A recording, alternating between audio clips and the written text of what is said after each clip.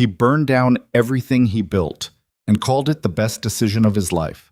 A man with a stolen name, a woman with a ranch she'd bleed to keep, and a secret so big it could swallow an entire valley whole.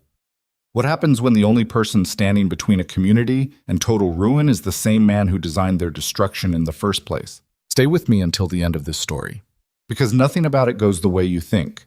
Hit like, drop a comment with the city you're watching from. I want to see how far this story travels.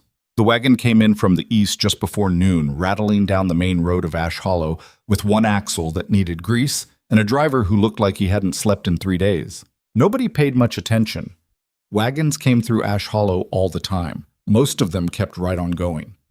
The town wasn't exactly what you'd call a destination. It had a general store, a livery stable, a saloon called the Dusty Spur that smelled like old leather and bad decisions, and maybe 24 buildings that ranged from barely standing to structurally questionable. The church had a collapsed back wall that nobody had gotten around to fixing since the spring floods 2 years ago. The schoolhouse only had school when the teacher wasn't laid up with something. What Ash Hollow had going for it was land. Good land, mostly.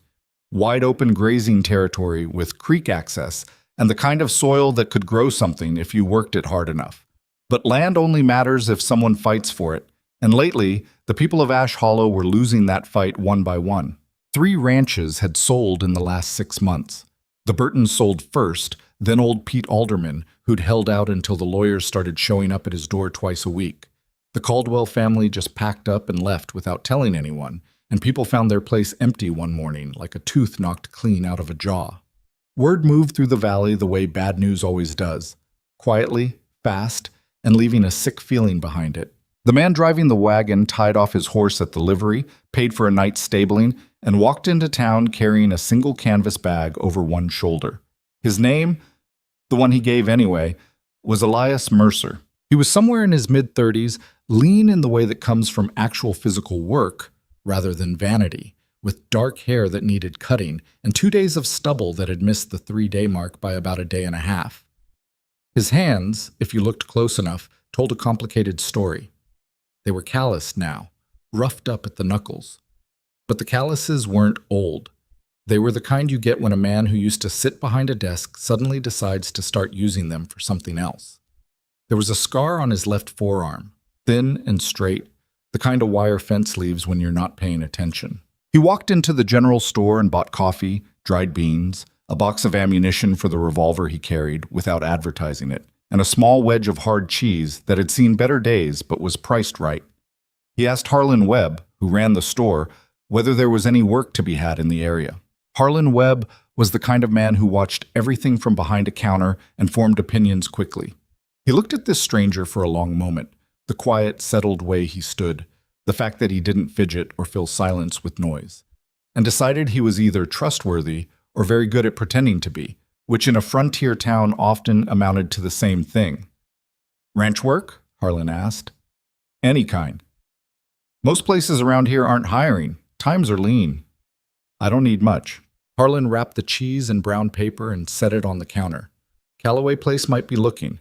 Widow woman out on the South Road about 4 miles past the creek crossing. Lost her foreman 3 weeks back. He took off for the silver camps up north. She's been running the place short-handed ever since. He paused. "She's particular, though. Doesn't suffer fools." "I appreciate that in a person," Elias said, and meant it. He paid for his goods, tucked the bag under his arm, and walked back out into the thin autumn sunlight.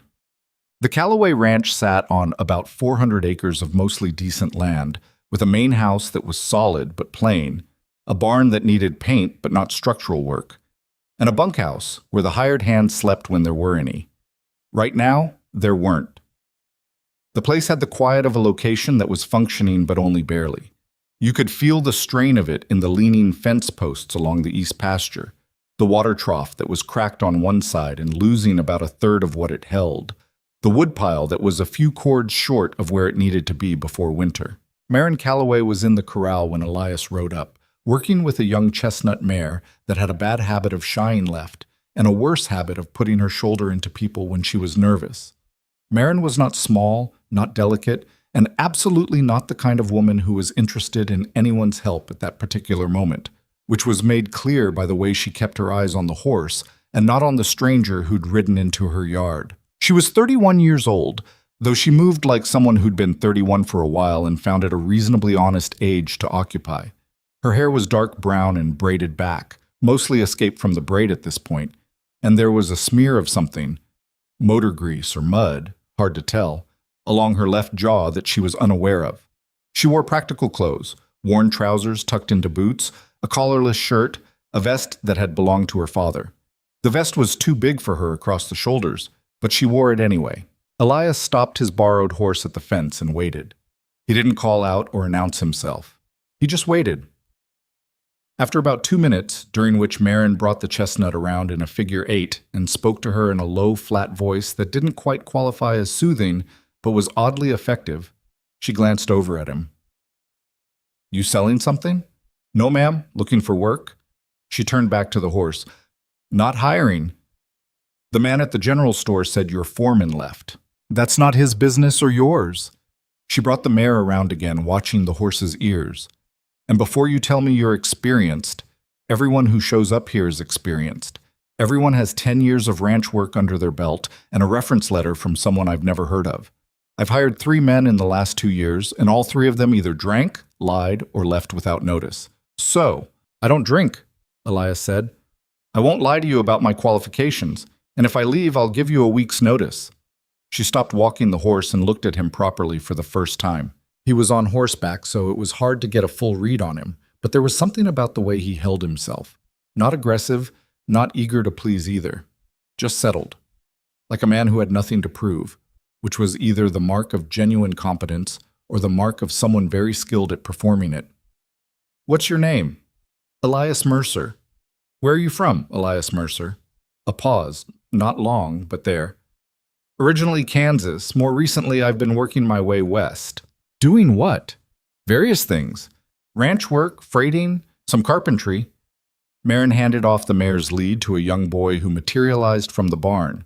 Her nephew, maybe 14, with her same dark eyes and a serious expression that suggested he took his job as informal stable hand with great seriousness. She walked to the fence and leaned on the top rail, studying Elias from about 6 feet away. This close, she could see that the calluses on his hands were recent. She could see that he met her eyes without flinching and without that particular brightness that men sometimes got when they were trying to charm her. "I pay $12 a month," she said. "Bunkhouse has a stove that works. Meals are taken at the main house, breakfast and supper. You work Sundays until noon, rest of the day is yours. You go through my things, talk back to me in front of anyone, touch my horses rough, or show up to work drunk even once. You're done. No second chances." "That's reasonable," Elias said. "Most men think it's strict. Most men probably needed the second chances." Something shifted in her expression. Not warmth exactly, but the slight recalibration that happens when someone says something you weren't expecting. She pushed off the fence. "Put your horse in the east stall. Tommy will show you where things go." She glanced at the boy, who was already leading the chestnut back into the barn. "We start at 5 tomorrow morning. There's about 6 things that need fixing before the first hard freeze, and I'd like to get started on them." She walked back toward the house without looking back. Elias sat on his horse for a moment in the empty yard, listening to the wind move through the dry grass at the edge of the property. He'd made a mistake coming here. He knew it even then. It would have been smarter to go further north, find work somewhere no one would think to look, somewhere with no connection to anything he'd left behind. But there was something about the valley when he'd ridden through it. The particular quality of the light in the afternoon, maybe, or the way the land rolled out toward the mountains in a way that looked almost manageable, that had made him stop. And the name Calloway, when Harlan Webb mentioned it, had sat in his chest in a way he hadn't expected, because he knew the name. He'd seen it in a file. He got off his horse and led it toward the east stall, and he put that thought away, in the place where he'd been putting thoughts like that. Deep and dark and sealed, like a cellar door you hammer shut and hope the floor holds. The first week was exactly as hard as Marin had advertised, and then somewhat harder. The fence situation on the east pasture was worse than it looked from a distance. 3 sections had posts so rotted at the base that they were being held up mostly by stubbornness and packed earth, and when Elias pulled the first one, it came apart in his hands like wet paper. He spent 2 full days just pulling and replacing posts before he could start on the wire. And by the end of the second day, his arms were burning from the shoulder down, and he'd given himself 2 new cuts that he wrapped with strips from an old shirt. He worked beside Tommy mostly. The boy's name was Thomas Reyes. He was Marin's nephew, orphaned at 11 when his parents died of fever and absorbed into the ranch with the quiet efficiency of a woman who loved hard but didn't announce it. Tommy was a worker, which Elias respected.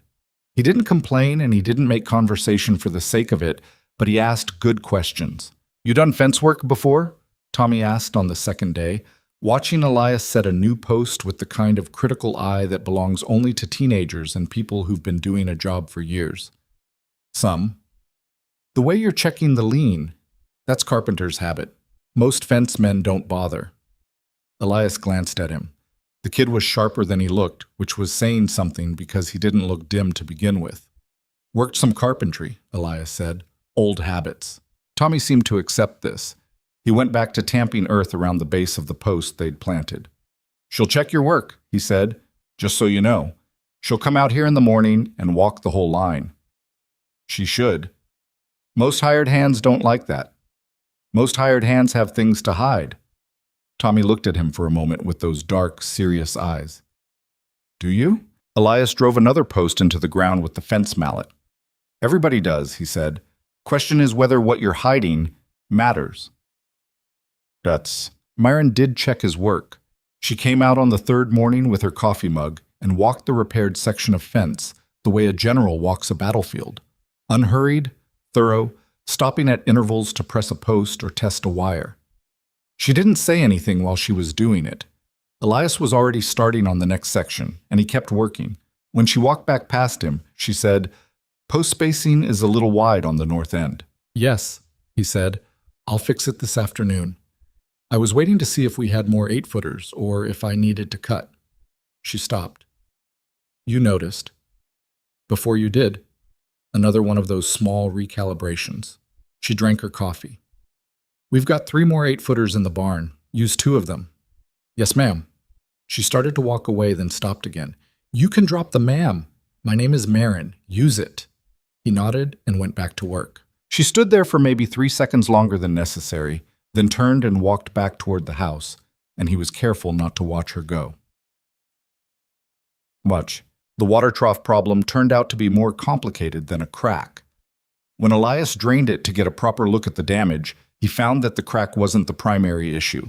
It was the secondary one, caused by a slow settling of the ground beneath the trough that had been happening for probably 2 or 3 years. The earth underneath had a buried seam of clay that retained water during the rains and then dried and contracted, causing a slow but consistent movement that had eventually stressed the trough enough to crack it. He spent an afternoon doing something that was not, strictly speaking, fence work or carpentry or the kind of labor a ranch hand normally performed. He dug a test pit 6 inches from the trough's base, examined the soil layers, and worked out a drainage solution involving a shallow French drain running 12 feet east to redirect groundwater away from the clay seam before it could accumulate. He was still digging when Marin came to find him at dusk, which had started coming earlier and earlier. She looked at the pit, then at him. "What is that?" He explained what he'd found. He explained the drainage solution. He used plain language and kept it short. She was quiet for a moment. "That's not something a regular ranch hand would know." "I read a lot," he said, which was true, though not quite the whole of it. She looked at him in the fading light, and there was something in her expression that he didn't like. Not suspicion exactly, but the early ancestor of it. The shape of a question forming that hadn't found its words yet. "Get cleaned up," she said. "Supper's in 20 minutes. Supper at the Cowboy ranch was not comfortable exactly, but it was real. The kitchen was warm from the stove, and it smelled like coffee and wood smoke, and the beef stew that Marin made with the practical efficiency she brought to everything. No unnecessary steps, no flourishes, but it was good stew. The table sat 4, and usually it was just Marin and Tommy, which meant Elias made 3 and the 4th chair sat there making the table feel like it was waiting for something. Conversation was sparse the first few nights. Tommy ate with the focus of someone who'd learned early that food wasn't always guaranteed and didn't take meals lightly. Marin ate standing at the counter half the time, reading papers or tallying numbers in a ledger, which drove Elias slightly insane, but which he didn't comment on. On the fourth night, she sat down properly, which felt like an event. "Where were you before you came through here?" she asked, not looking up from her bowl. "Colorado for about 4 months. Before that, Nebraska." "Doing what in Nebraska?" "Freighting. Short haul mostly." He paused. "Grain and dry goods." "You give up freighting?" "I needed a change." She looked up at that. "From freighting?" "From a lot of things." Tommy, who had the instinct of someone who'd grown up reading rooms, quietly focused very hard on his bread. Marin held Elias's gaze for a moment, and he could see the question there. The real one. The one that was actually underneath all the small ones. She was asking, "Who are you, really?" And he held her gaze back, and he gave her nothing, and eventually she looked back at her bowl. "The stove in the bunkhouse burns hot on the left side," she said. "Bank your fire to the right before you sleep, or you'll wake up either frozen or smoking." "Thank you," he said. "Don't thank me. If you burn the bunkhouse down, I'm docking it from your wages." Tommy made a sound that might have been a suppressed laugh. Elias kept a straight face. But something shifted in the room, just very slightly, barely enough to name, towards something less like wariness and more like the cautious beginning of coexistence. 3 weeks in, the first real crisis. The creek that fed the Cowboy water supply, a small tributary that fed into the main river 2 miles south, dropped almost overnight. It happened after a dry spell that had lasted 10 days, but the drop was more severe than the dry spell alone explained, and Elias noticed it on his morning walk to check the fence extension on the west side of the property.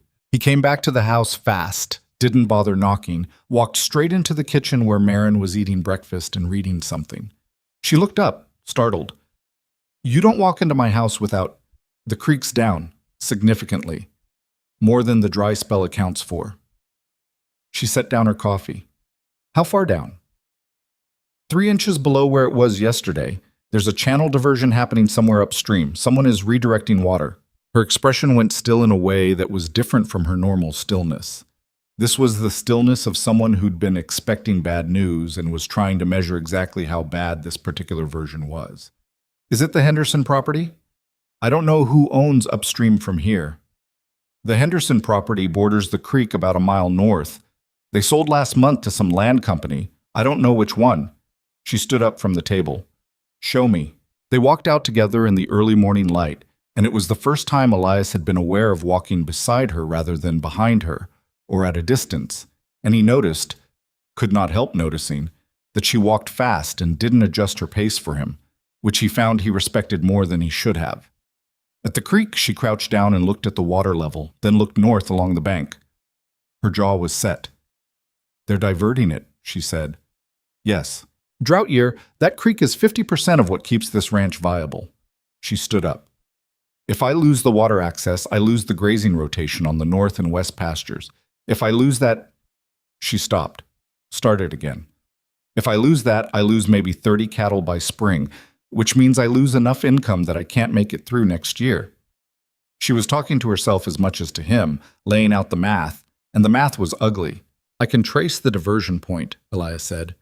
"If I can find where it's been redirected, it might just be a temporary dam for their use. Some operations do that during drought and release the water after. Or it might be permanent. And if it's permanent, then you have a legal issue, not a ranch issue." She turned and looked at him. "Do you know about water law?" "Some," he said carefully. "Prior appropriation doctrine. If your use predates theirs, you have a claim." She stared at him. "That's not something a man who did freighting in Nebraska typically knows." The moment stretched. The wind came down off the hills and moved through the dry grass on the bank and stirred her escaped hair across her forehead, and she was looking at him with those eyes that were exactly the color of dark coffee and twice as sharp. "I told you," he said. "I read a lot." She held the look a beat longer. Then, "Find the diversion point. Check." He found it that afternoon. A rough earthen dam about 3 feet high built across the creek's natural channel, redirecting roughly 60% of the flow eastward into what looked like a newly excavated retention pond on the former Henderson property. The dam was recent, the earth was still dark, and the cut edges were clean. He He was standing at the dam taking in the dimensions when he heard a horse behind him and turned to find a man in a good suit, too good for being out here, sitting on a horse that cost more than most homesteaders made in a year. The man was somewhere in his 50s, broad through the chest, with white hair trimmed neat, and the easy manner of someone who'd had things go his way for long enough that he'd stopped thinking about what happens when they don't. He looked at Elias the way a man looks at someone he doesn't consider a variable worth calculating. "This is private property," the man said. "Is it?" Elias said. Not a question. "The Henderson parcel was sold to Meridian Land Holdings last month. You're trespassing." "I'm looking at a dam that's cutting off downstream water access.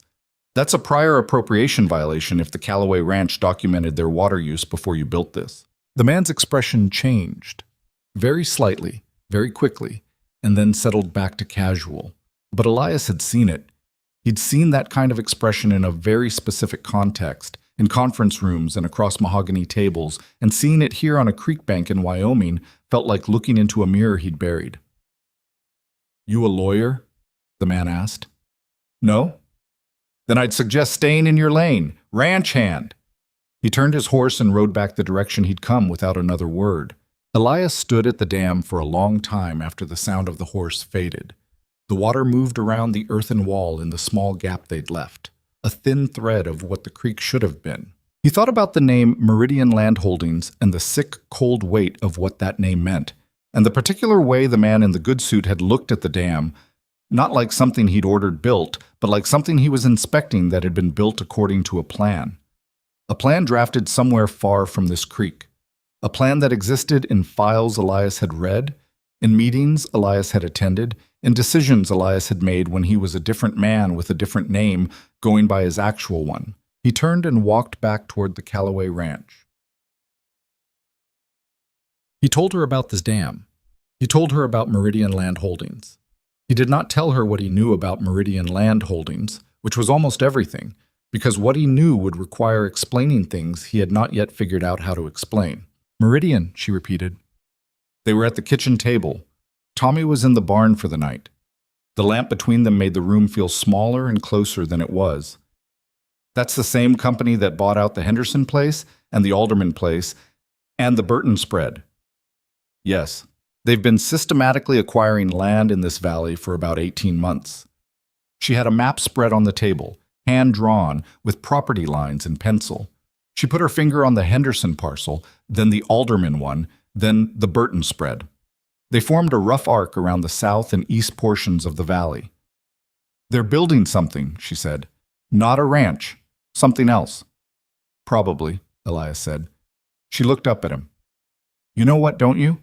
It wasn't entirely a question. Her voice was flat and precise, and her eyes were doing that thing, reading him, finding the edges of what he wasn't saying. "I have a theory," he said carefully. "Tell me." He said, "Railway corridor, the northern route that's been speculated for years. The Meridian Mountain Pass route. If you control the land on both sides of the valley approaches, you control right-of-way negotiation. You can force a favorable deal with the railway company or sell the entire corridor at a premium, but you need contiguous parcels." She looked at the map, looked at the arc of purchased properties, and the Callaway Ranch, she said slowly, sits right in the middle of the corridor. "Yes." The word landed in the room and sat there. "That's why they keep sending lawyers." "Yes." "That's why they're diverting the water. They're not trying to use it. They're trying to pressure me." Her voice was very controlled, which was a kind of anger he recognized as more dangerous than loud anger. "They're cutting off my supply to make the ranch unviable, to force a sale." "That's my read." She looked at him across the table, and the lamplight caught the angle of her face.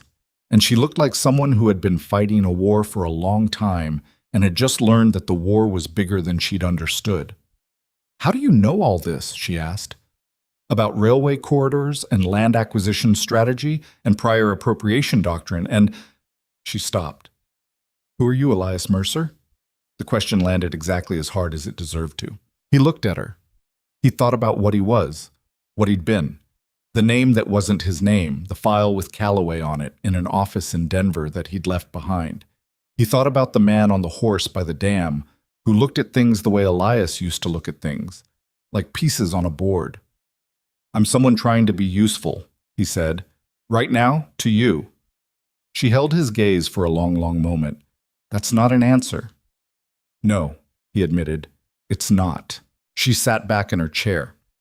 Outside, the wind had picked up, the first real bite of coming winter in it, and somewhere out in the dark, the horses shifted in the barn, and Tommy's lamp went out in the bunkhouse window. I need you to trace the full extent of their property acquisitions, she said finally. County records at the land office in Tanner Creek. I need to know exactly what they hold, what they're negotiating, and who's left in the valley that hasn't sold. I can do that. And I need that damn dealt with, legally, which means I need someone to document it before they can claim it's been there longer than it has. I'll ride up there tomorrow morning with paper and a measuring line. She nodded once, the decision made, the conversation closed, except that she didn't immediately get up or look away.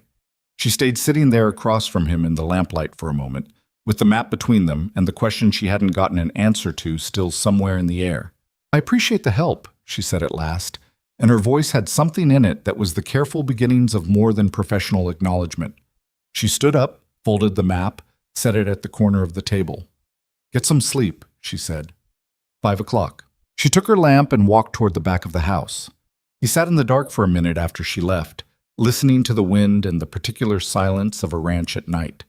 Horses breathing, wood settling, cold moving through the cracks. He was in the wrong place, and he'd known it since the first day. The longer he stayed, the worse the reckoning was going to be. He knew exactly what Meridian Land Holdings was because he'd built it. Not the day-to-day operations, not the bullying lawyers and the earthen dams, but the strategy. The railway corridor theory, the land acquisition model. The entire framework of what they were doing to this valley had come, in its original and essential form, from him. He should have told her that before she trusted him with her map. He should have told her that before he started caring whether the fence posts were level. He blew out the lamp and walked out to the bunkhouse in the dark, and he lay on the bunk with his eyes open listening to the wind, and he thought about what it would mean to finally be the kind of man whose actions and his identity matched, and how terrifyingly far he still was from that. The trip to Tanner Creek took 2 days there and back, and Elias came back with 8 pages of notes in a tight, precise handwriting that looked, if Marin had thought to notice it, nothing like what you'd expect from a ranch hand. County records confirmed what his theory had suggested, and then exceeded it. Meridian held 21 separate parcels in the valley and the surrounding hills, with 5 more under active negotiation. The Callaway Ranch was one of 3 remaining independent holdings that sat inside the natural boundary of the speculated railway corridor. The other 2 were small, less than 100 acres each, owned by a widow named Pruitt and a young couple named Garza, who'd come out from Texas 2 years ago with not much money and a lot of intention. Elias knew both properties from riding the valley. He knew the Garzas had a new baby and a roof that needed patching. He knew Martha Pruitt kept a shotgun by her door and had already turned away 2 sets of lawyers. He laid all of it out on the table for Marin, and she read through his notes twice without speaking. They're close, she said. Very. If they get the Pruitt place or the Garza place, they can route around us. It'd cost them more, but they could do it. The Garzas are vulnerable, Elias said. Young, cash-poor, new baby. If Meridian offers them enough, they might take it. Not out of greed, just out of exhaustion. I need to talk to them. Yes. She looked up from the notes. You know a lot about all of this. The valley, the properties, the people. She said it neutrally, but it wasn't neutral. You've been here less than a month. I pay attention. You pay attention like someone who's done this kind of work before.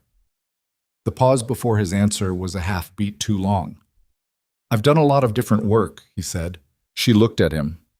He looked back. The question lived between them like an object on the table they both kept not picking up. Ride with me to the Garzas tomorrow, she said. Early. Yes, backhand. The Garza place was quiet when they arrived. The kind of quiet that sits on a house with a new baby in it. The paradoxical hush of people tiptoeing around the loudest possible disruption. Carmen Garza answered the door with dark circles under her eyes and the cautious look of someone who'd had enough visitors lately who weren't bringing good news.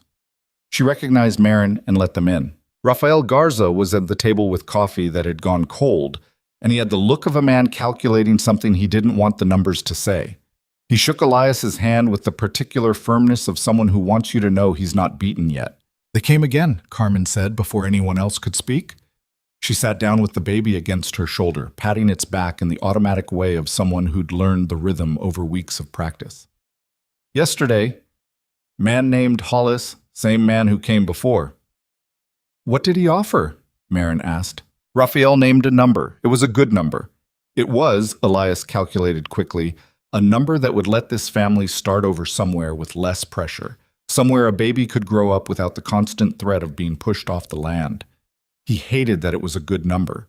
He hated it because he knew exactly where that number came from. Not generosity, but strategy. He'd written that strategy. He'd identified the threshold below which a cash-poor young family would say yes. "Don't take it," Marin said. Carmen looked at her. "Marin, if you hold, I hold. If I hold, the whole South Corridor stays broken." She leaned forward slightly. "They need contiguous parcels. Without your land and mine, they can't run a clean corridor. They'll have to route north through the rocky approach. Costs them twice as much, maybe makes the whole venture unprofitable." "And if they route north anyway?" Raphael asked. "If they walk away from us and we've held out for nothing? Then we still have our land." He looked at her. Then at Elias, in the way that men sometimes look at the other man in the room when they're trying to figure out what the other man's angle is. "You work for her?" Raphael asked. "Yes," Elias said. "What do you think we should do?" It was the question Elias had not wanted to be asked, because the honest answer was complicated by the fact that he knew things about Meridian's financing that would change the calculus. Specifically, that Meridian was leveraged. That the investors behind the railway corridor scheme were in a shorter timeline than anyone in this valley knew. That if they couldn't close the corridor acquisition in the next few months, the financing dried up and the whole project collapsed. He'd known those things. He'd structured those things. "I think," he said carefully, "that the company making you this offer has a deadline they haven't told you about. I think they need this land more urgently than their offer price suggests, which means if you hold, you have more leverage than you realize." Raphael looked at him for a long moment. "How do you know that?" "Experience with how these operations work." It wasn't enough of an answer, and everyone at the table knew it. Carmen was looking at him with the sharp, tired eyes of a woman who could smell an incomplete truth from across a room. But Raphael nodded, slowly. "We'll hold," he said. "For now." Riding back, the afternoon light was going gold and thin, the kind of light that makes even struggling land look like something worth fighting for. They rode side by side, which had become a comfortable arrangement over the weeks. Close enough to talk, far enough for dignity. "How do you know about their timeline?" Marin asked. He didn't answer for a moment. "Elias, I've worked with companies like this before. Done what kind of work for them?" The question hung in the cold air between them. He could feel her watching the side of his face. "Not good work," he said. "The kind of work you leave." She was quiet for a moment.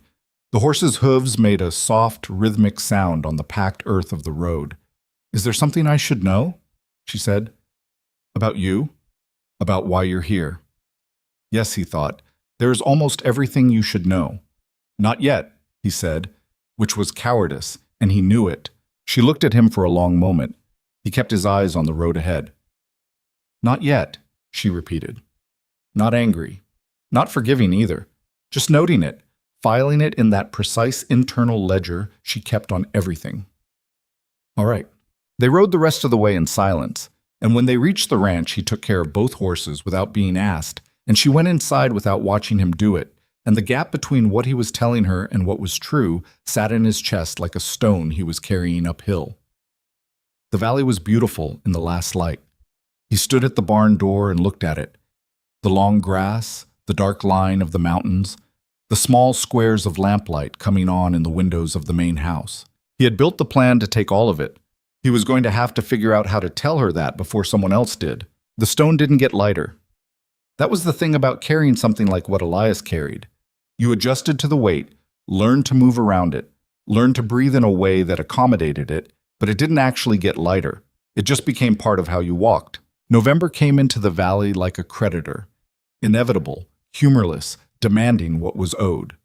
The first real freeze arrived on a Tuesday morning, and Elias woke at 4:30 to find a thin skin of ice on the water barrel outside the bunkhouse door, and Tommy already in the barn checking on the livestock with a lantern and the serious expression of someone who understood that cold weather and young animals was a combination that required early attention. They lost a calf that first week. Not to the cold directly, but to a respiratory infection that the cold made worse, and there was nothing to be done about it by the time anyone realized how sick the animal was. Marin stood in the barn stall for a while afterward, not saying anything, with her hand resting on the calf's still flank. Elias and Tommy stayed back. Some things you don't crowd a person through. When she came out, her expression was the same as it always was, controlled, forward-facing. But her jaw was set at an angle that told him something it would have taken another person months to read. She was calculating what the loss meant in dollars, and the dollars were already tight enough that this particular loss had a specific downstream effect she was working through in real time. "We need to check the other 2 calves tonight," she said. "Separate them from the main herd. Keep them in the south stall, where the draft is blocked." "Already started moving them," Tommy said. She looked at him, and for a moment something cracked in her face. Not grief exactly, but the particular exhaustion of someone who has been holding things together for so long that even small victories feel complicated. She put her hand briefly on Tommy's shoulder, just for a second. Then she walked back to the house. Elias looked at Tommy. Tommy looked at him. "She doesn't show it much," Tommy said, "but she counted on those 3 calves." "I know.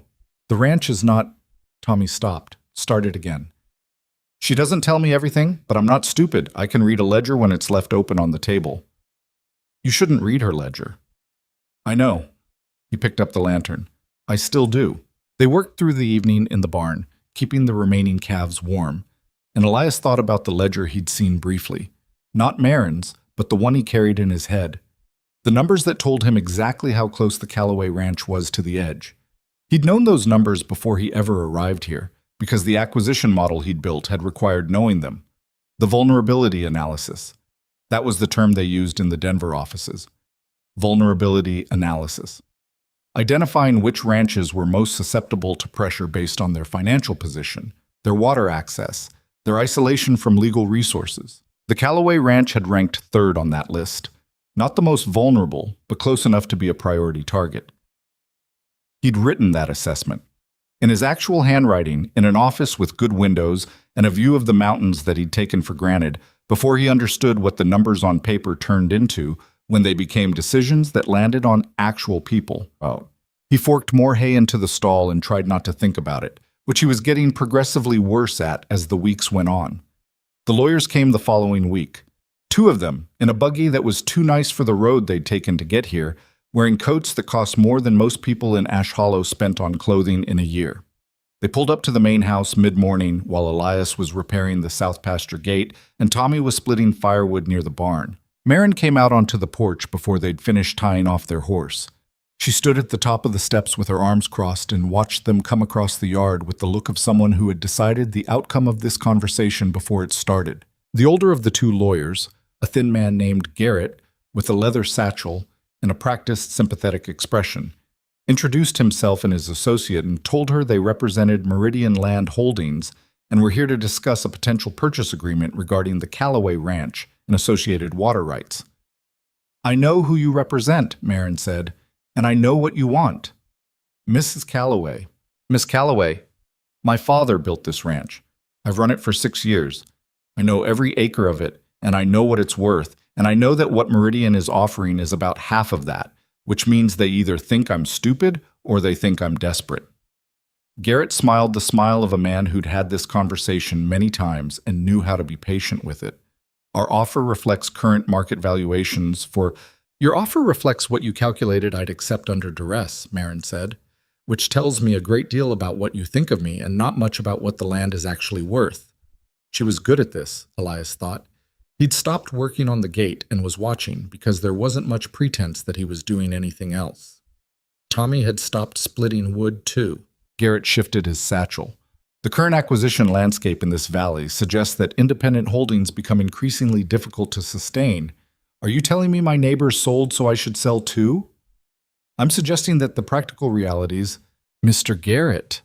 Her voice dropped half a degree in temperature, which was more effective than raising it would have been. I have work to do. If you have a new offer that reflects the actual value of this property, including the water rights that your clients have been illegally diverting for 6 weeks, put it in writing and send it to the land office. Otherwise, I'd appreciate you getting back in your buggy. Garrett looked at her for a moment. Then his gaze moved across the yard, and it found Elias by the gate, a look that lasted about 2 seconds before moving on. And Elias turned back to the gate latch with a feeling like cold water moving through his chest. The lawyers left. Marin came down off the porch and walked across the yard toward the gate where Elias was working. She didn't say anything about the confrontation. She looked at the gate latch. "Is it the hinge or the post?" she asked. "Post," he said. "Hinge is fine. The post has been leaning for a while and it's finally pulled the latch out of alignment. Can you fix it today?" "This afternoon." She nodded. She didn't move to go, though. She stood there with her hands in her vest pockets looking at the gate post, and he could feel her thinking. "They'll be back," she said. "Yes. They'll try something different next time. The water diversion didn't work, the lawyer visits aren't working. They'll find another angle." Elias looked at her sidelong. "You're right." "What would you do?" she asked. "If you were them, what's the next move?" It was a dangerous question to answer because he knew the answer precisely, and giving it would mean giving away how he knew it. But the alternative was leaving her underprepared for what was coming. "They'll attack the social fabric," he said. "Start rumors about the ranch's financial situation. Tell the neighbors that you're close to foreclosure. Make it seem like holding out is pointless because you won't last anyway. Make it harder for you to hire workers by suggesting the wages are unreliable. Maybe approach your creditors if you have any outstanding loans and try to accelerate the payment terms." She was very still. "And," he said, "they'll probably make the Garzas a second offer that's bigger than the first. Separate you from your allies before they push harder on you directly." Silence. A horse in the south pasture blew out a long breath that hung in the cold air. "You've seen this playbook before," she said. Not a question. "Yes." "From which side?" The question was quiet and entirely precise and landed exactly where she aimed it. He didn't answer right away. He looked at the post that needed setting and thought about what kind of man would have the answer to that question and be standing here fixing a gate on a ranch in Wyoming instead of being where a man like that normally was. "I need to tell you something," he said, "but I need you to hear the whole of it before you—" "Elias," her voice was careful. "Whatever it is, don't tell me right now. I need you functional, and I need to think. And if what you're about to tell me is what I'm starting to suspect it might be, I would prefer to have it in a moment when I'm not already managing 6 other things." He looked at her. She was looking at the gatepost, jaw set, and the muscle in her cheek was tight. "All right," he said. "Fix the post," she said. "And then I need you to ride to the Pruitt place and warn Martha about the next steps. Tell her what you just told me. If they're going to try to isolate us, we move first and close ranks." She walked back toward the house. He watched her go and he thought, she already knows. Not the specifics, not the name or the history, but the shape of the thing. She'd known for a while that the edges of what he was telling her didn't quite match the shape of a man who'd done freighting in Nebraska. She just wasn't ready yet, and neither was he, and so they were both living in the temporary shelter of not quite knowing and hoping the weather held. It didn't hold for long. Martha Pruitt was 71 years old and had been on her land since before half the current residents of the valley were born. She was small and spare with white hair pinned back severely and eyes the color of winter sky, pale and cold and seeing everything. She kept the shotgun by the door that everyone had heard about, and when Elias arrived, she answered his knock with it in the crook of her arm, held in the comfortable way of someone who'd been carrying it for 50 years and didn't think of it as dramatic. "You're the new man at the Cowboy place," she said. Not a greeting exactly, more of a classification. "Yes, ma'am. Elias Mercer. Marin sent me." Martha looked him over with the thoroughness of someone who'd seen enough people to have calibrated opinions about them quickly. Then she stepped back from the door. "Come in then, kettle's on." Her kitchen was small and completely organized, everything in its place with the precision of a woman who lived alone and had decided long ago that chaos was not something she was willing to tolerate. There were photographs on the mantelpiece. A man who must have been her husband, younger versions of people who might have been children, a single faded image of the valley that showed it with fewer buildings and more open grass. She poured tea without asking if he wanted it and sat down across from him. He told her what he'd told Marin about the next expected moves from Meridian. She listened without interrupting, which was its own kind of courtesy. When he finished, she wrapped both hands around her cup and was quiet for a moment. "They sent a man named Hollis 3 weeks ago," she said. "Told me my property wasn't worth half what I think it is, and that if I didn't sell before winter, I'd find it worth even less come spring." She paused. "I told him I'd been managing this land through 2 droughts, a flood, a cattle disease outbreak in '71, and the death of my husband, and I didn't think a man in a nice coat was going to be the thing that finally broke me." "What did he say to that?" "He wrote something in his little book and left." She looked at Elias over her tea. "They'll come back." "Yes." "With a bigger number." "Probably, but also with more pressure, not just on you, on the people around you. They'll try to make you feel like you're alone in this." Martha set down her cup. "Are we? Alone?" "Not if you and the Garzas and the Callaways hold together." "That's 3 ranches," she said, "against a company with lawyers and money, and apparently no shortage of either." "Yes." "And you think we can hold?" "I think you can create enough friction that they miss their window. If their financing has a deadline, and I believe it does, then delay is a form of winning." She studied him for a long moment. "You believe it does?" she repeated. "How sure are you of that?" "Sure enough," he said. She made a sound that was not quite a laugh. "Young man, I've been on this earth long enough to know what sure enough sounds like when someone's working around something they don't want to say outright." She tilted her head. "Are you going to tell me what it is you're not saying, or should I just assume the worst and work from there?" He looked at her across the small kitchen table with the thin winter light coming through the window behind her, and he thought, this woman would handle the truth better than most. She had the kind of steadiness that comes from having already survived the worst imaginable things and discovered you're still standing. "I'm going to handle it," he said, "before it becomes something you need to know." "That's not reassuring." "I know. I'm sorry." Martha Pruitt looked at him for another beat, then picked up her tea. "Marin's father was a good man," she said. "He didn't always make the right decisions, but he always made them for the right reasons. I've been watching that girl run that ranch since he died, and she is harder and better than he was, and that is saying something." She paused. "Don't make a fool of her trust." The words were quiet and direct, and they hit him somewhere below the breastbone with a precision that surprised him. "No, ma'am," he said. He rode back to the Callaway Ranch in the dark, the cold working its way through his jacket in a way that had become familiar, and he thought about what it would take to handle it, actually handle it, not just manage the symptoms. He had resources he hadn't touched. He had contacts he hadn't used. He had, somewhere in a bank in Denver under his real name, enough money to make decisions that a ranch hand named Elias Mercer had no business making. He'd walked away from all of it. Not clean. There was no clean way to walk away from something like what he'd built. But he'd stepped back from the operational control, transferred his decision-making role to the board, told himself that the distance made him less responsible for what the company continued to do. Sitting in the dark on the road to the Callaway Ranch with Martha Pruitt's words still in his chest, he recognized that reasoning for exactly what it was. Marin had kept a lamp on in the main house. He could see it from the road, a small square of yellow light in the black of the valley. He stopped his horse for a moment and looked at it. Then he rode in, unsaddled the horse, and went to his bunk. December came. The work didn't slow.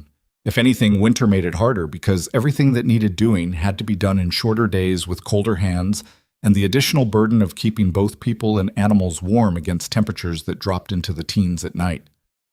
Elias split cord after cord of wood, repaired a section of the barn roof where snow load was causing a sag that could become a collapse, and spent 3 days running new pipe from the repaired water trough to a second access point in the east pasture so the herd didn't have to be walked as far in the cold. He worked until his body had nothing left in it at the end of each day, which was the point. The work was honest in a way that most of his life up until a year ago had not been, and that honesty was something he was learning to need in the way you need something you didn't know you were missing. And then there were the evenings. The evenings had evolved without anyone exactly deciding they would. It had started practically. Marin reviewing property documents at the kitchen table, Elias present initially to answer questions about what he'd found in the county records, and then just present because he was there, and the work was there, and the lamp was warm. Tommy usually disappeared to the bunkhouse after supper, claiming he had things to do, which Elias suspected was an act of deliberate tact that the boy would never admit to. They talked about the ranch, about the valley, about the pressure from Meridian and the strategies for resistance and the practical problems of livestock and weather and infrastructure. But they also talked about other things, gradually, in the halting way of two people who have gotten used to being guarded and are encountering, with some surprise, the inclination to be less so. She told him about her father on one of those evenings. Not directly, not as a story she was sitting down to tell, but in fragments that came out as they talked about the ranch's history. How he'd come out here from Ohio 20 years ago with almost nothing. How he'd worked other people's land for 3 years before he had enough to buy his own. How he'd built the main house with 2 other men over the course of a summer, and how one of those men had become his closest friend and eventually betrayed him in a business deal that cost him 200 acres. He never talked about it, she said. She was mending a bridle, her hands moving with the automatic competence of long practice. The betrayal. He talked around it sometimes, but he'd taught me early that the land matters more than the people who try to take it, and I think that was his way of processing what happened. Do you believe that? Elias asked. That the land matters more? She looked up from the bridle. No, I don't think I do, actually. I think I believed it for a long time because he believed it. But the land is just land. It's the... She stopped, seemed to weigh what she was about to say. It's the life built on it that matters. The history, the work. Yes, he said. She looked at him. Why did you leave? Whatever you left, you never actually said. Because I finally understood what I was building, he said, and who it was costing. She was quiet for a moment. The fire in the stove crackled and settled.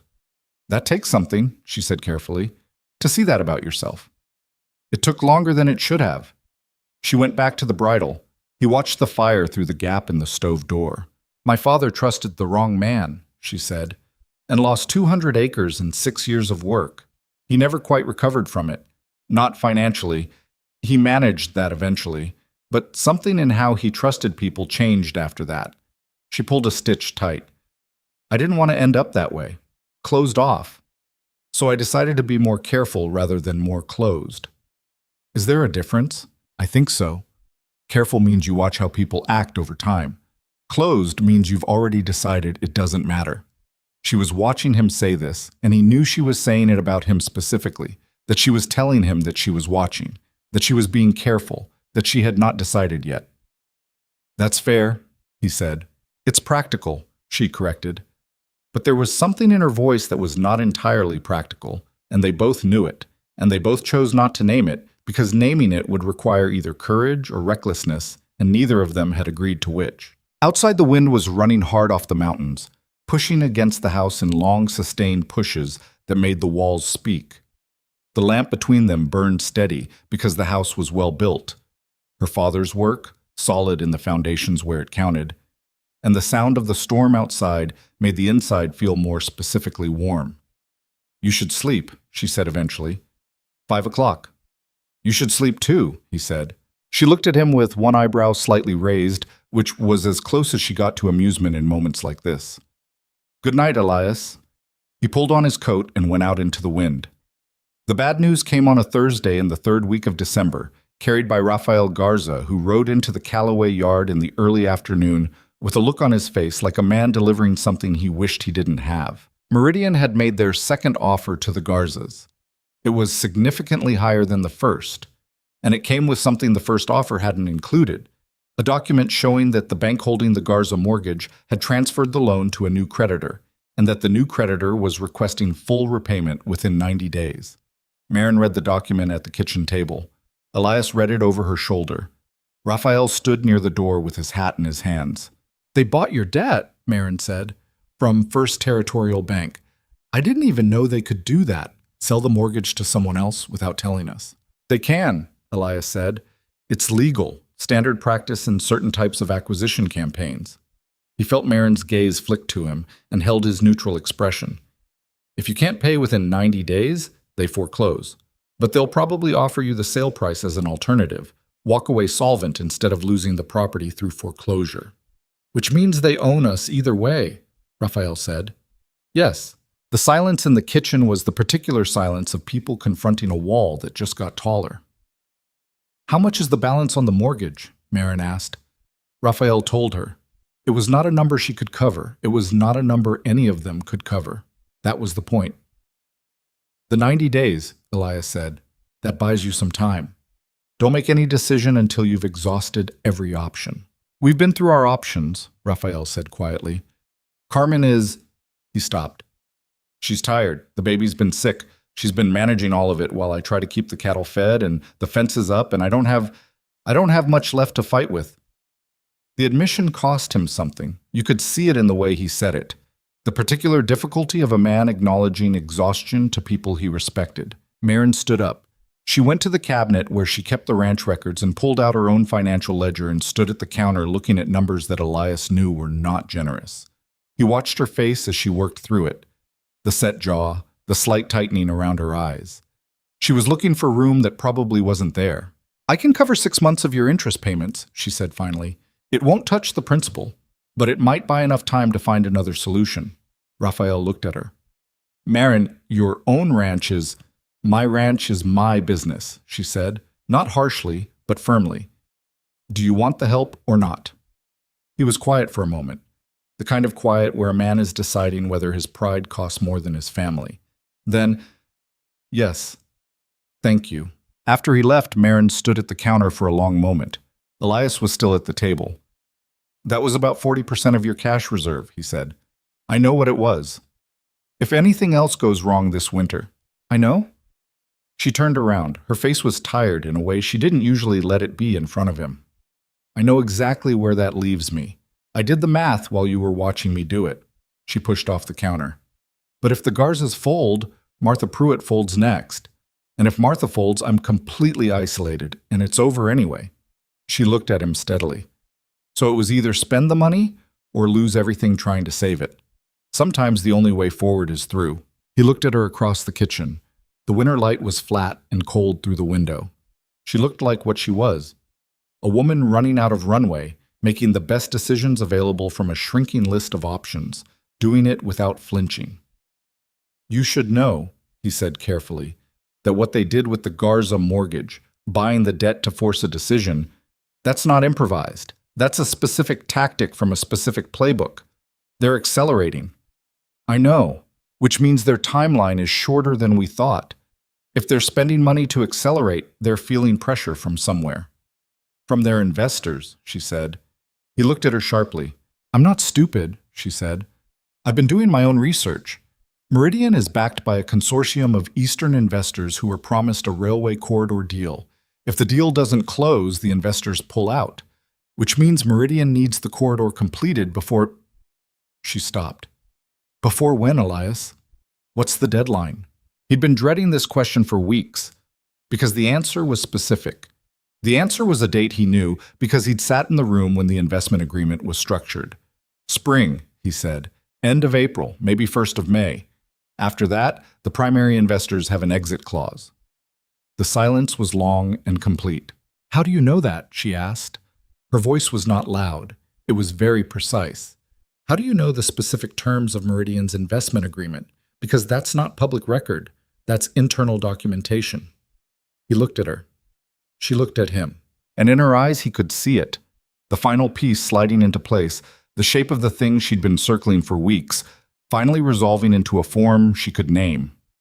He watched it happen. He watched understanding arrive, and then watched what came after understanding, which was something that looked like a door closing. Elias, she said, who are you? The fire in the stove crackled. Outside, the wind pushed hard against the south wall of the house. Somewhere in the barn, one of the horses shifted and the barn boards took the weight of it.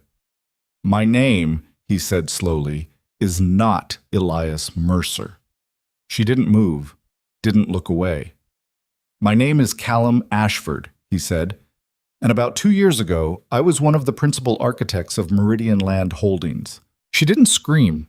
She didn't throw anything. She didn't cry. That was almost worse.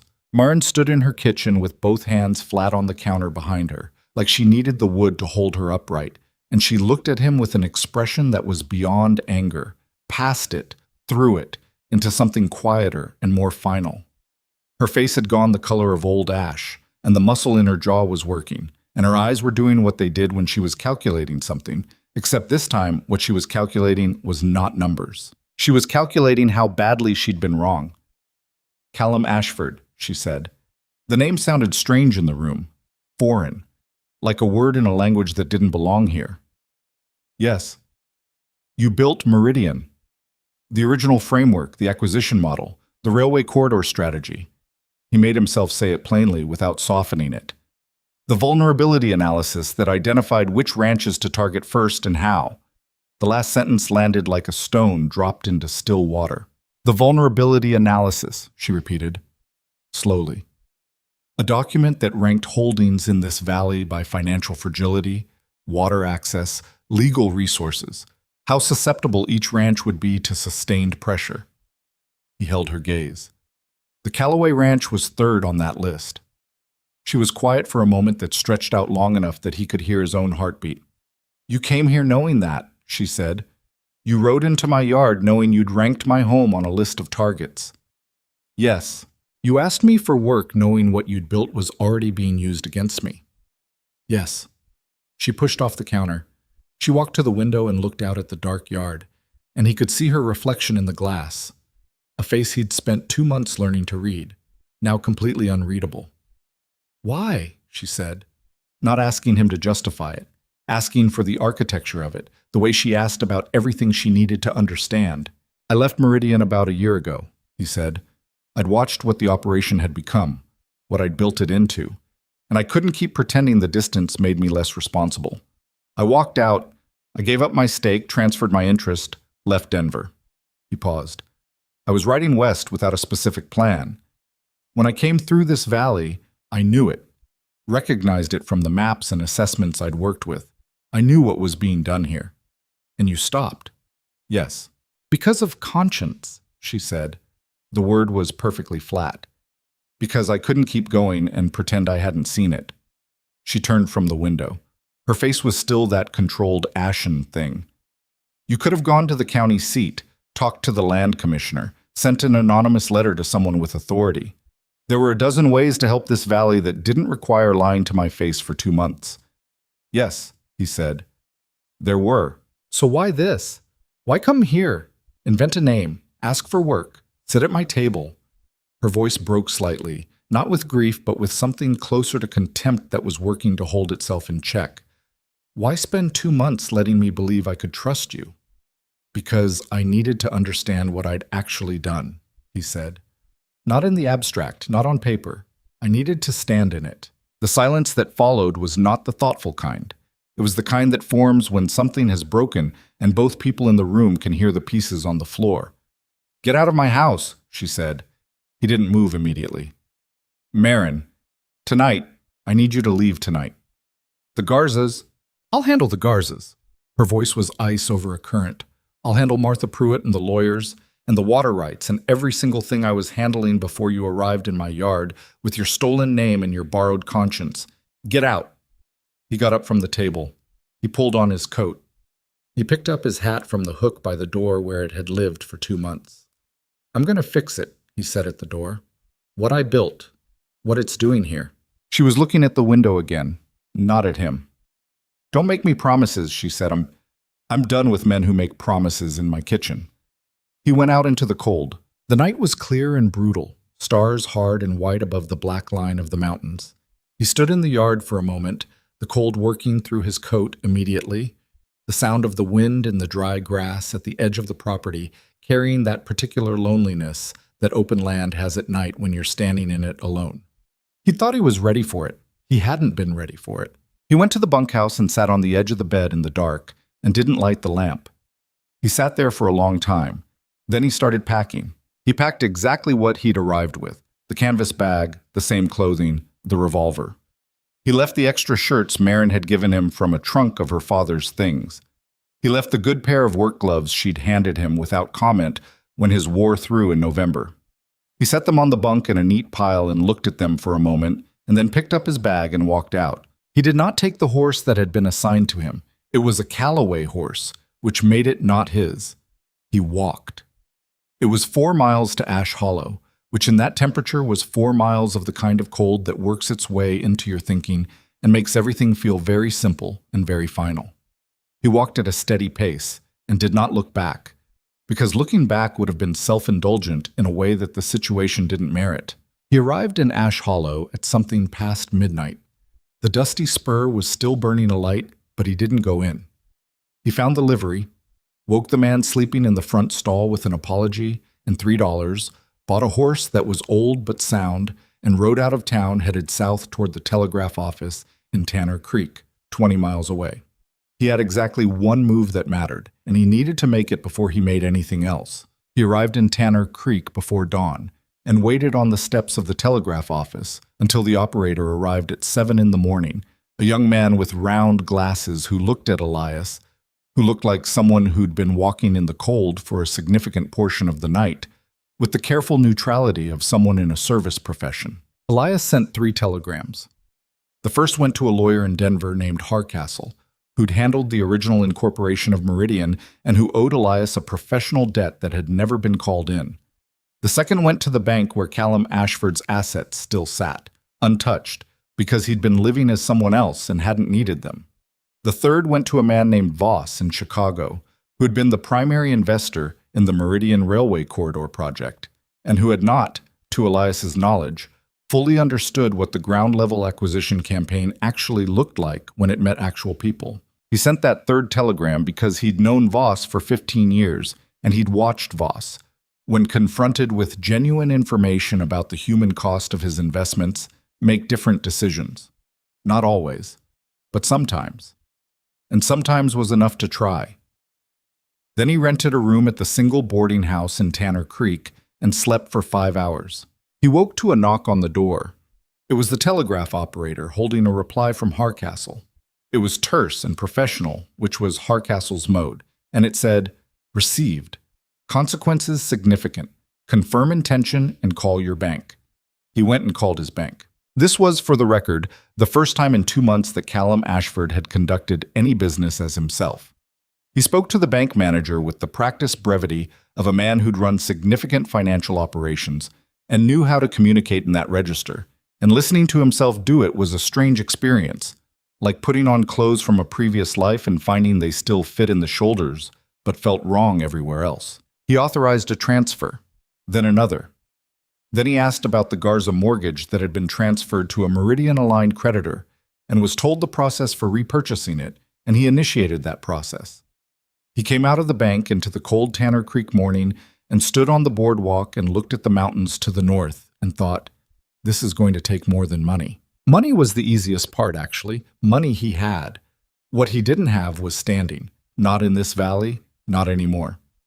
What he didn't have was Marin Calloway's trust, or the rancher's trust, or the right to walk back into the community he'd spent 2 months becoming part of and say, "I'm fixing it," without being laughed out of the territory. What came next was not going to be clean.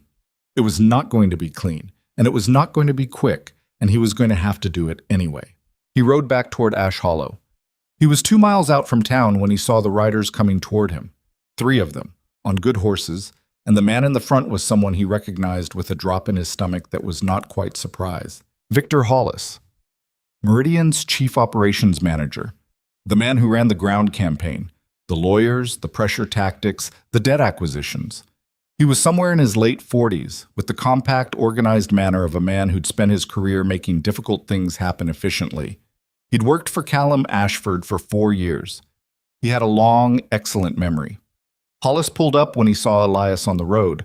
They were 20 yards apart. His 2 men stopped behind him. Hollis looked at him for a moment with an expression that was carefully empty. "Mr. Ashford," he said, "I heard a rumor you were in the territory." Hollis, working a ranch, from what I understand. He looked at Elias's clothes, his horse, the canvas bag tied to the saddle. "You look like a man who just got fired. How long have you known I was here?" "About 3 weeks. I sent word to the board." He paused. "They were displeased." "I imagine they were." Hollis shifted in his saddle, and there was something in the ease of it that was a deliberate display of comfort, of occupying more space than necessary. He'd always done that.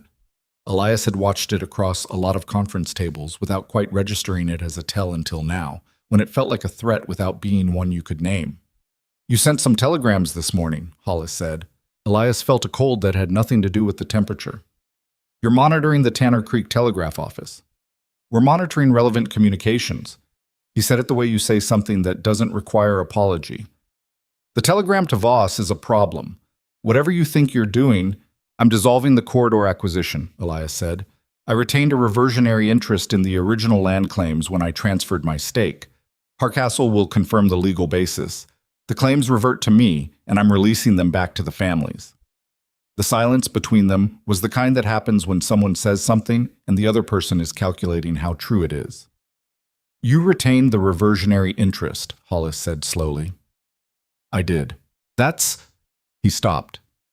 Elias could see him doing the legal geometry in his head, working through the incorporation documents, the transfer agreement, the specific language that Elias had quietly, carefully, and with considerable foresight preserved when everyone else was focused on the numbers. That would require board approval to override. "Yes, and I've already contacted Voss. When he understands what's actually been happening here, the water diversions, the debt purchases, the pressure on families with new babies," he paused. "He'll pull out, I know him. And without his financing, you don't have a board decision. You have a collapse." Hollis stared at him. The two men behind him were still and quiet. "You're going to destroy everything we built," Hollis said. "I'm going to return a dozen properties to the people they were taken from. The railway corridor was viable without this method. It could have been done through honest purchase at fair prices." He held Hollis's gaze. "You know that. Fair prices don't produce the same returns."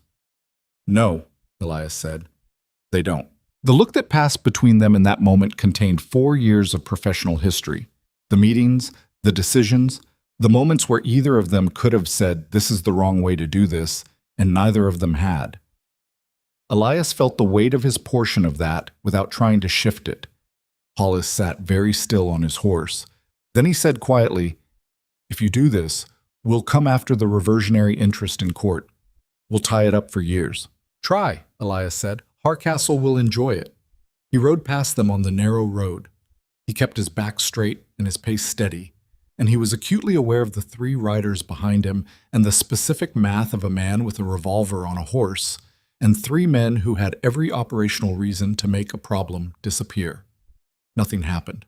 He rode into Ash Hollow in the early afternoon and tied his horse at the livery and walked into Harlan Webb's store, and Harlan looked at him the way he'd looked at him the first time, assessing, recalibrating.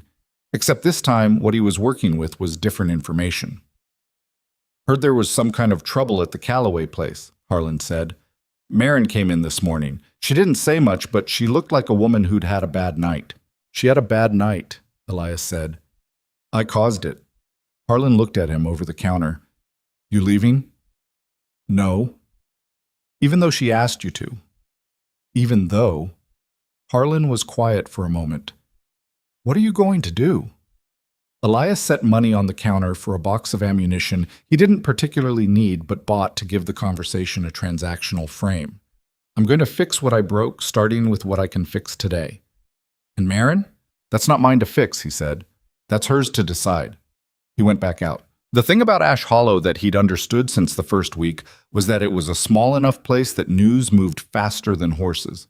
By the time he walked down the main street to the land commissioner's small office, 2 rooms in the back of a building that also housed a saddle maker, word had already started moving. He could feel it in the way people looked at him, the conversations that paused, the specific quality of attention that a frontier town gives to the stranger who has suddenly become a story. The land commissioner was a man named Dewhurst, 60s, cautious, the kind of official who'd survived multiple changes of political administration by being extremely careful about which way the wind was blowing before he committed to anything. Elias sat across from him and explained who he was. Not Elias Mercer, Callum Ashford.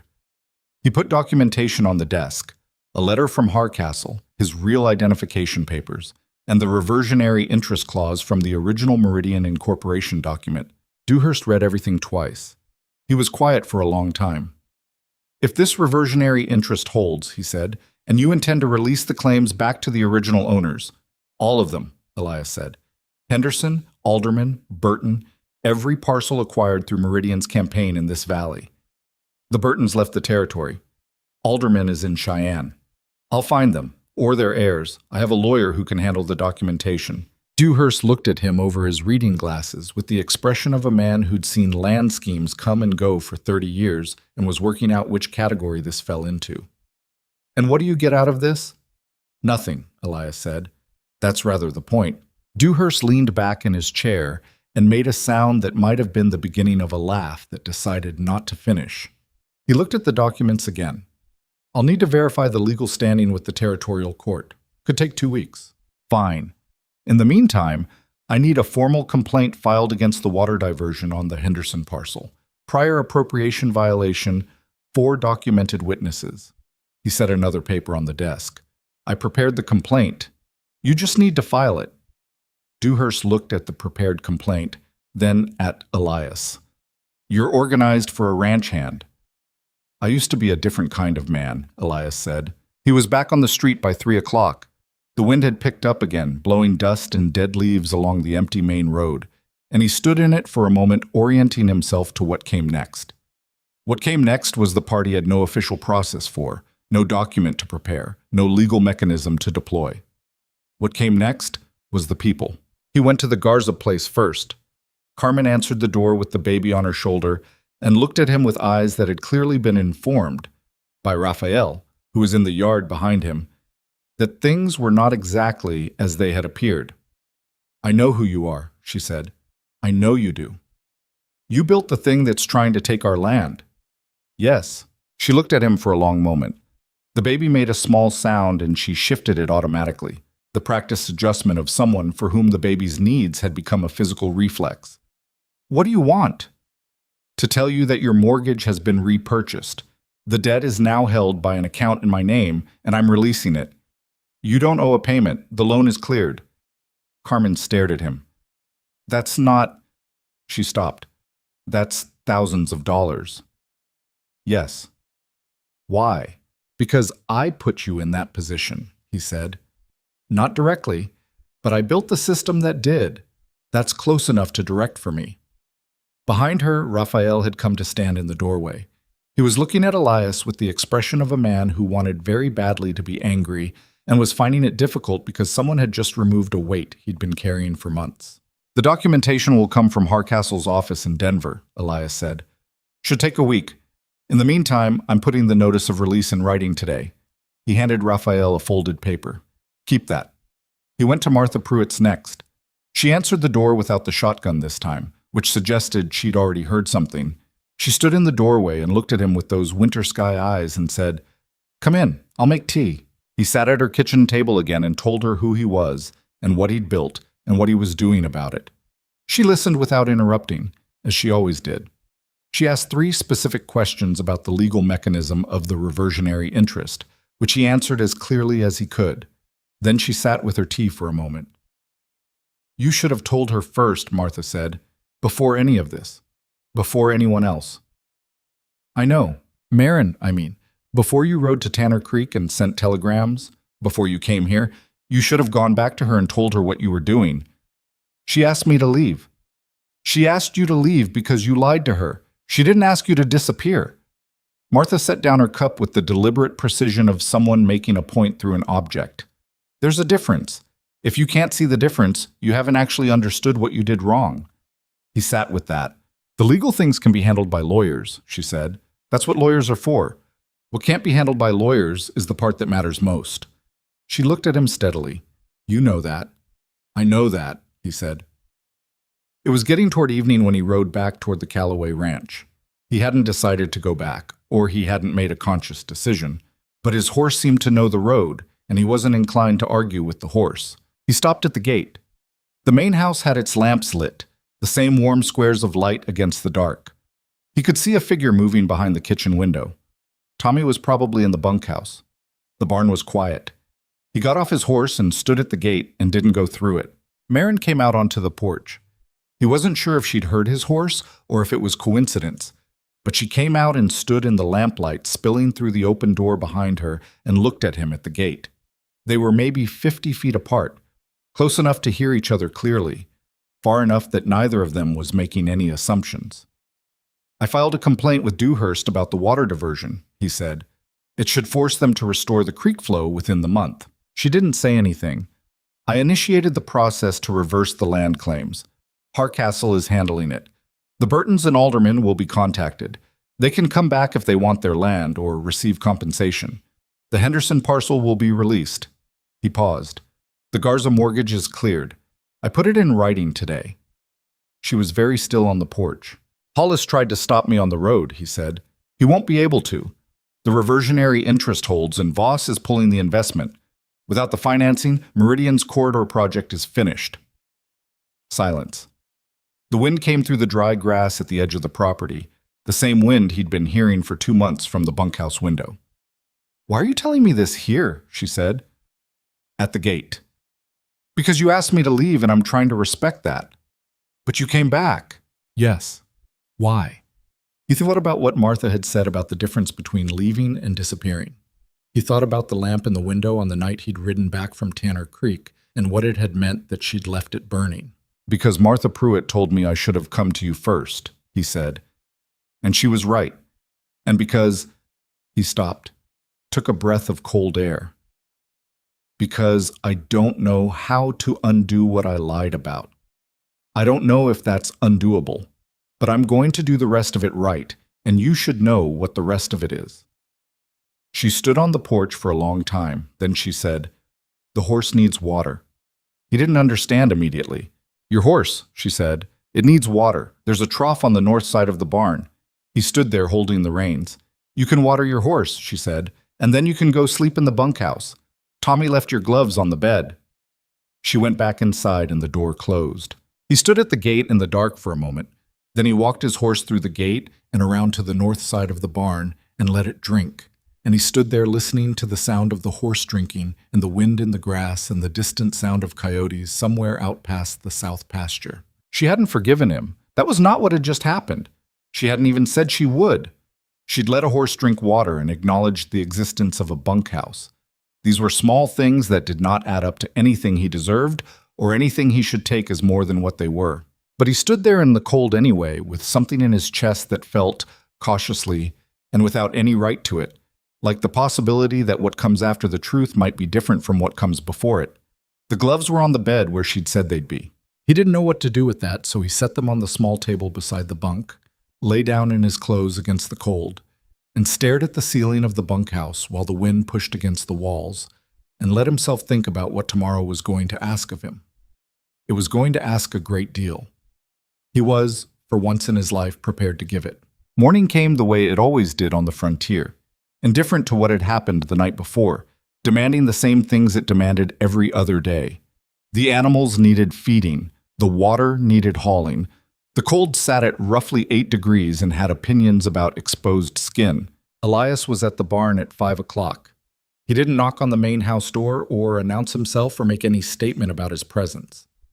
He simply started doing the work that needed doing, because the work needed doing regardless of where things stood between him and the woman in the house.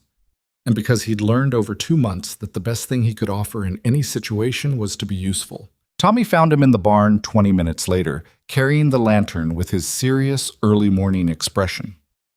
The boy looked at him for a long moment. He clearly knew something had happened. There was a particular quality to Tommy's silence that indicated awareness rather than obliviousness. But he didn't ask. He picked up the feed bucket and started on the horses, and they worked side by side in the cold barn in the way they'd been working for weeks. And that was its own kind of answer. Marin came out at 5:30. She was dressed for work, which meant she intended to pretend, or perhaps not pretend, but decide that the morning was like other mornings, at least in its practical requirements. She looked at Elias briefly when she entered the barn. He looked back. No words were exchanged that weren't about the horses, and they didn't need to be. The days that followed were not comfortable. That was the honest word for them. Not terrible, but not easy, like walking on ground that had frozen unevenly and could turn an ankle if you weren't careful. They worked alongside each other because the ranch required it, and because neither of them was the kind of person who used weather or animals or manual necessity as a casualty of their personal difficulties. But the evenings were different. The kitchen table that had become their space of quiet conversation was now just a table, and Marin took her ledger to the other room more often than not, and Elias sat in the bunkhouse with the lamp and his thoughts and gave her the distance she hadn't asked for in words, but had communicated with a clarity that required no translation. The town knew. That was perhaps inevitable. Ash Hollow was small enough that a secret wasn't really a secret so much as a thing that hadn't been said out loud yet, and the combination of Elias's trip to Tanner Creek, his conversations with Dewhurst, and Victor Hollis's departure from the territory in the third week of December had generated enough activity that people were asking questions. Harlan Webb knew because Harlan always knew things, and once Harlan knew something, the information moved through the town with the reliability of creek water finding the lowest ground. By Christmas, most of Ash Hollow understood that the quiet ranch hand at the Calloway place was the man who'd built Meridian, and that he was now dismantling it. The reactions were not uniform. Martha Pruitt, to nobody's great surprise, had been straightforward. Raphael and Carmen Garza, whose mortgage had been formally cleared in the second week of December with documentation from Hardcastle's office, were operating in the complicated emotional territory of people who'd been wronged, then helped, by the same person, which doesn't resolve neatly into either gratitude or resentment, but sits somewhere in between. The Hendersons had been contacted in Cheyenne and had sent a letter back that was brief and careful, saying they were considering their options regarding the property. The harder reactions came from the ranchers who'd had less direct involvement but had watched their valley shrink. A man named Cord Whitmore, who ran cattle on the north side and had lost a water deal to Meridian's acquisitions, came into town one afternoon and saw Elias at the general store and said things that were specific and loud enough that the three other people in the store heard every word. Elias took it. He didn't argue, didn't explain himself, didn't point to what he was doing to fix it. He waited for Whitmore to finish, said that he understood, and left. That was all. Harlan, who had witnessed the exchange, said nothing until Whitmore left, and then said to Elias, "You didn't defend yourself." "He wasn't wrong," Elias said. "He was pretty rough about it." "That's his right. He picked up the supplies he'd come for. Rough doesn't make it untrue." Harlan looked at him for a moment in the measuring way he had. "You going to keep coming into town after something like that?" "I have things to do in town," Elias said. "I'm not going to stop doing them because it's uncomfortable." He came back the next week and the week after that, and Cord Whitmore said nothing the second time and nodded slightly, barely perceptibly. The third, and that was how some things went. Not quickly, not cleanly, but in the direction of something that might eventually be called a reckoning, met and lived through. The water diversion was formally resolved in the second week of January, when Dewhurst's complaint forced the issue and the Meridian field crew, largely abandoned after Hollis's departure and operating on diminishing authority, dismantled the creek dam. Elias rode up to the site on the day it came down and watched the water find its original channel again, running clear and cold and with the particular purposefulness that water has when it's going where it's supposed to go. He stood there for a while. Then he rode back. The creek fed back into the Calloway supply within 2 days, and the water level in the trough climbed back to where it needed to be, and Marin checked it one morning without saying anything and then walked back to the house. And from the barn, Elias saw the slight change in her shoulders. Not relief exactly, but the easing of something that had been held tightly for a long time. The legal processes moved at legal pace, which was slow.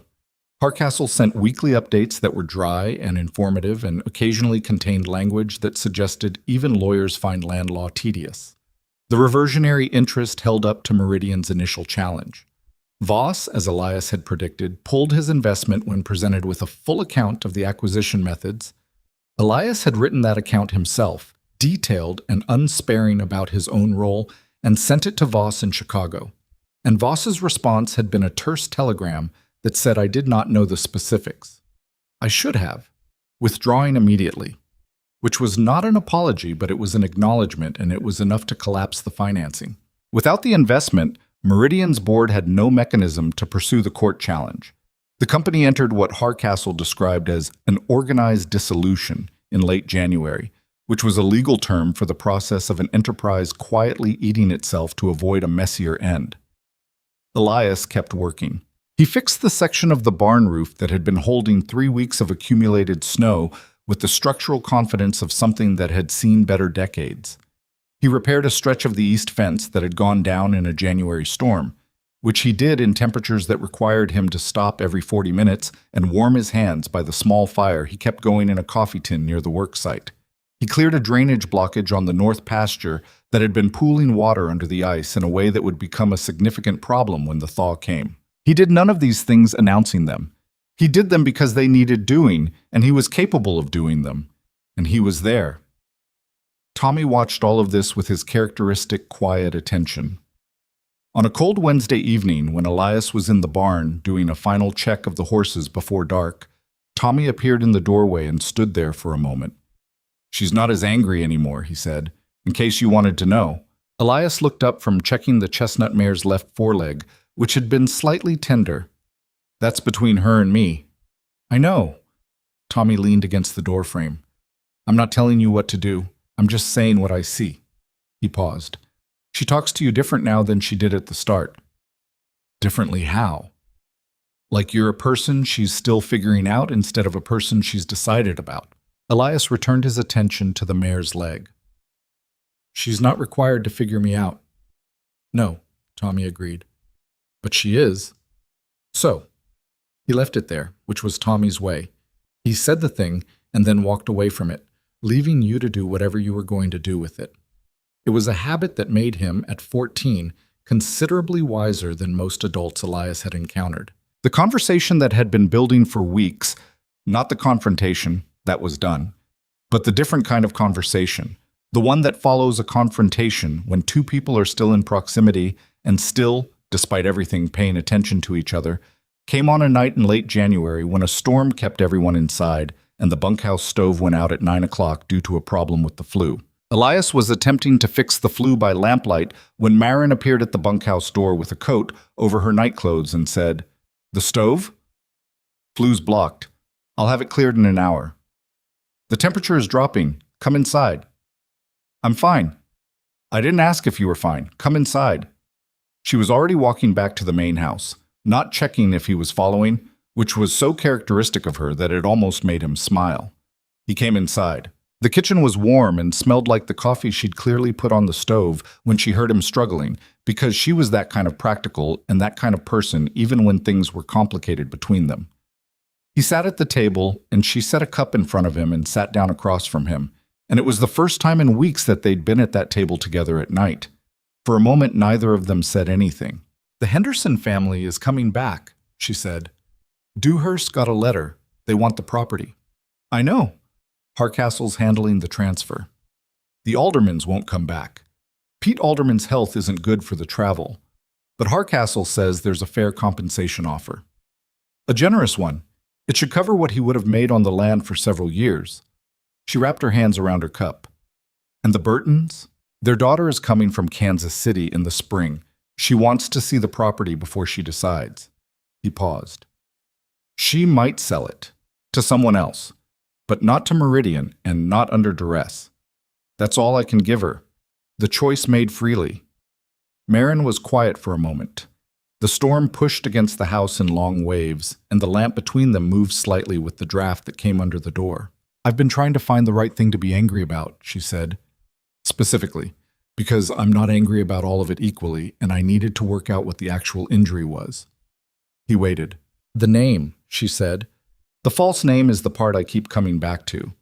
Not because you worked for a company I would have hated, not because you knew things you didn't tell me, but because I asked you your name the first day you came to my yard, and you looked me in the eye and gave me a false one." She met his gaze. "That's the thing that was a choice made in that specific moment, looking at me." "Yes," he said. "It was." "Why?" "Because I was afraid that if I told you who I was, you'd send me away before I could understand what I'd done to this place." "You were afraid," she said, and the words were not quite contemptuous, but they had an edge on them.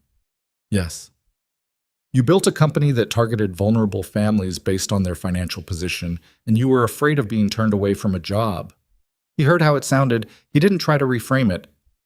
"Yes." She looked at him for a long moment. "At least you're not dressing it up."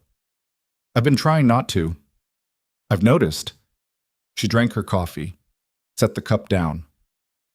What I also noticed, and I'm not saying this means what you might hope it means, I'm just saying it as a fact, is that when you found out your past was actively hurting people you were standing next to, you did something about it, at cost to yourself. I'm aware that's the minimum. It's not the minimum, she said. I know men who've done wrong and been faced with the knowledge of it and done nothing at all. Some of them are pillars of their communities. She looked at the table. The minimum is ignoring it. You didn't do the minimum. He was careful about what he said next, because there was something in her voice that required care, not softness, but precision. I don't want you to thank me for it, he said. That's not why I did it. I know it's not. That's why I'm saying it. Outside, the storm peaked in a long, low moan across the roof, and then settled back into its steady rhythm. The lamp held. I'm not ready to trust you the way I trusted you before, she said. I don't know if I can get back there. I want to be honest about that. That's fair. But I'm also not... She stopped, started again, which she almost never did. I'm not interested in making you pay for it indefinitely. That's not productive, and it's not who I want to be. He looked at her across the table. The lines of her face in the lamplight, the way she held herself even when she was tired, the specific kind of honesty she practiced that was harder and more real than anything that passed for honesty in the world he'd come from. What do you need from me? He asked. She considered it seriously, the way she considered everything. Time, she said, and for you to keep doing what you're doing, not for me, for the valley. She looked up. Can you do that without expecting it to mean something between us? Yes, he said, without making it into something I owe you. Yes, she nodded. All right. She stood, took her cup to the counter. The storm should blow through by morning. Dewhurst wants to meet with the remaining Valley ranchers in the first week of February to go over the property reversions. You should be there. Will it help or hurt to have me there? She thought about it honestly. I don't know, but it's your work being presented and you should stand behind it. She moved toward the hallway. Get the flu fixed in the morning. Tommy's been complaining about the cold in the bunkhouse for a week. I'll do it first thing. She stopped at the hallway door. Her back was to him. Callum, she said. It was the first time she'd used that name, his actual name. It landed with the strange weight of something true after a long time of something else. She didn't say anything else. She just stood there for a half second with his name in the air between them, and then she walked down the hallway to her room, and he sat at the table with the lamp and the sound of the storm until the coffee went cold. The meeting at Dewhurst's office in the first week of February had 12 ranchers in a room built for 6, which meant people stood along the walls and the air got close fast. Elias arrived with Marin and stood near the back while Dewhurst walked through the property reversion process and the current legal status of each parcel. There was noise. Cord Whitmore said something pointed, and several people nodded. A woman named Jessup, whose family had lost grazing rights when the Henderson property was acquired, had questions about whether those rights would be restored with the land transfer, and Elias answered them from the back of the room in the specific legal language required, and the room went quiet in the way a room goes quiet when someone knows exactly what they're talking about. After people filed out into the cold February air in ones and twos, and a few of them looked at Elias with expressions that had shifted from the previous month's versions. Not warmth, mostly, but something different from hostility. The particular look of people who are updating their assessment of a situation and haven't finished yet. Rafael Garza shook his hand on the way out, briefly, firmly, said nothing. That was its own entire statement. Martha Pruitt walked past him last, and she put her small, strong hand on his arm for just a moment and said, It's a start. He stood in the cold outside Dewhurst's office after everyone had gone, watching the valley under its January-going February sky, bare and cold and unglamorous and entirely itself. No lawyers, no acquisition maps, no vulnerability analyses, just land and the people who worked it and the long argument between the two that defines every piece of ground that's ever been worth fighting for. Marin came to stand beside him. They stood there without speaking, both of them looking out at the same valley, which looked the way it always looked, difficult, impermanent, worth every bit of it. It's going to take time, she said finally, for the valley to get back to something stable. Even with the land returned, people don't just— She paused. You don't just put things back and have them be the same. No, he said. You don't. Some of those families are gone for good. Even if the aldermans get their compensation, that land sits empty until someone else builds something on it. That takes years. Yes. So what you did, what you're doing, it's not a restoration. It's more like— She thought for a moment. It's more like stopping the bleeding and leaving the healing to time. He looked at her. She was looking at the valley. That's the most accurate description of it I've heard, he said. She nodded once, not looking at him. Let's go home, she said. The horses need the afternoon feed and Tommy's been doing double work since you were in town. They walked to their horses and rode back toward the Calloway Ranch, side by side on the road, in the cold that was still February cold but had in it, very faintly, so faintly you might not trust it, the particular quality of light that sometimes comes even in the deepest winter and carries in it the distant rumor of something warmer coming. March came in hard and then softened. That was the thing about Wyoming springs. They didn't arrive so much as negotiate, trading cold days for warm ones in a back and forth that kept you from trusting either. The snow on the high peaks stayed, but in the valley the ground began to loosen, and the creek ran full again for the first time since autumn. And the particular smell of thawing earth came back to the mornings like something that had been away on a long trip and returned without fanfare. Elias noticed all of it. He'd become someone who noticed things like that, not in the way of a man cataloging observations, but in the way of someone who'd spent enough time being present in a place that the place had started to matter to him in ways that were difficult to fully articulate. The specific angle of morning light on the east pasture. The way the chestnut mare stood at the fence on warm afternoons, ears forward, like she was waiting for something good to happen. The sound of Tommy splitting wood behind the barn, the rhythm of it steady and competent. He'd been at the Calloway Ranch for 5 months. He'd arrived in autumn as someone else and was leaving, or staying, the question was still open, as himself, which was a transformation that sounded cleaner in the summary than it felt in the living. The Meridian dissolution was finalized in mid-March. Hardcastle sent the paperwork in a thick envelope that arrived at the Tanner Creek post office and that Elias read at the kitchen table on a Tuesday evening while Marin went through her spring planting calculations beside him. The language was dry and legal and complete, and what it meant in plain terms was that the land acquisition company he'd spent 3 years building no longer existed in any operational form. He set the papers down. Marin glanced over at them without asking. She could read a document's significance from across a table. "It's done?" she asked. "Done." She looked at him for a moment, then she went back to her calculations. That was all, and it was the right amount. The Henderson family came back in the last week of March. David Henderson was in his 60s, his wife Ruth was a year older, and they drove into the valley in a wagon loaded with what they'd taken with them when they left. Furniture, tools, the things you take when you're planning not to come back but can't quite make yourself believe it. Their daughter rode behind them on a bay horse and watched the valley open up in front of her with the expression of someone who'd spent months telling herself she didn't miss it and had just been proved wrong. Elias helped them unload. He didn't introduce himself right away. He just appeared with his hands available when the heavy pieces needed carrying because that was the most useful thing he could offer and the least presumptuous. David Henderson knew who he was. He'd been told by letter before he made the decision to return. He'd written back to Hardcastle a letter that contained 2 sentences Hardcastle had included in his update to Elias verbatim. "I don't know what to make of a man who builds something like that and then tears it down himself.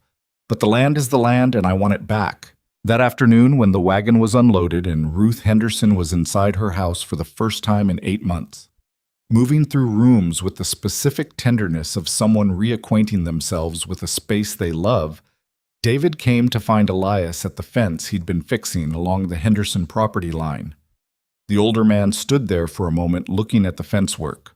"Good post spacing," he said. "Thank you."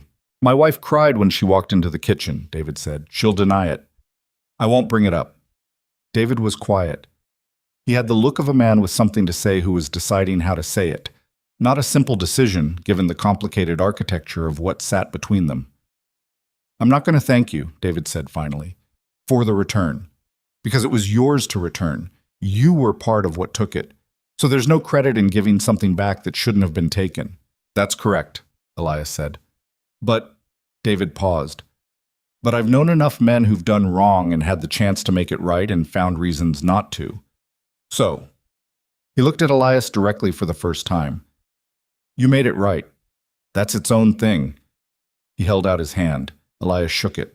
Neither of them said anything after that. They didn't need to. David walked back to his house, and Elias went back to the fence. And sometimes that's how the important things go.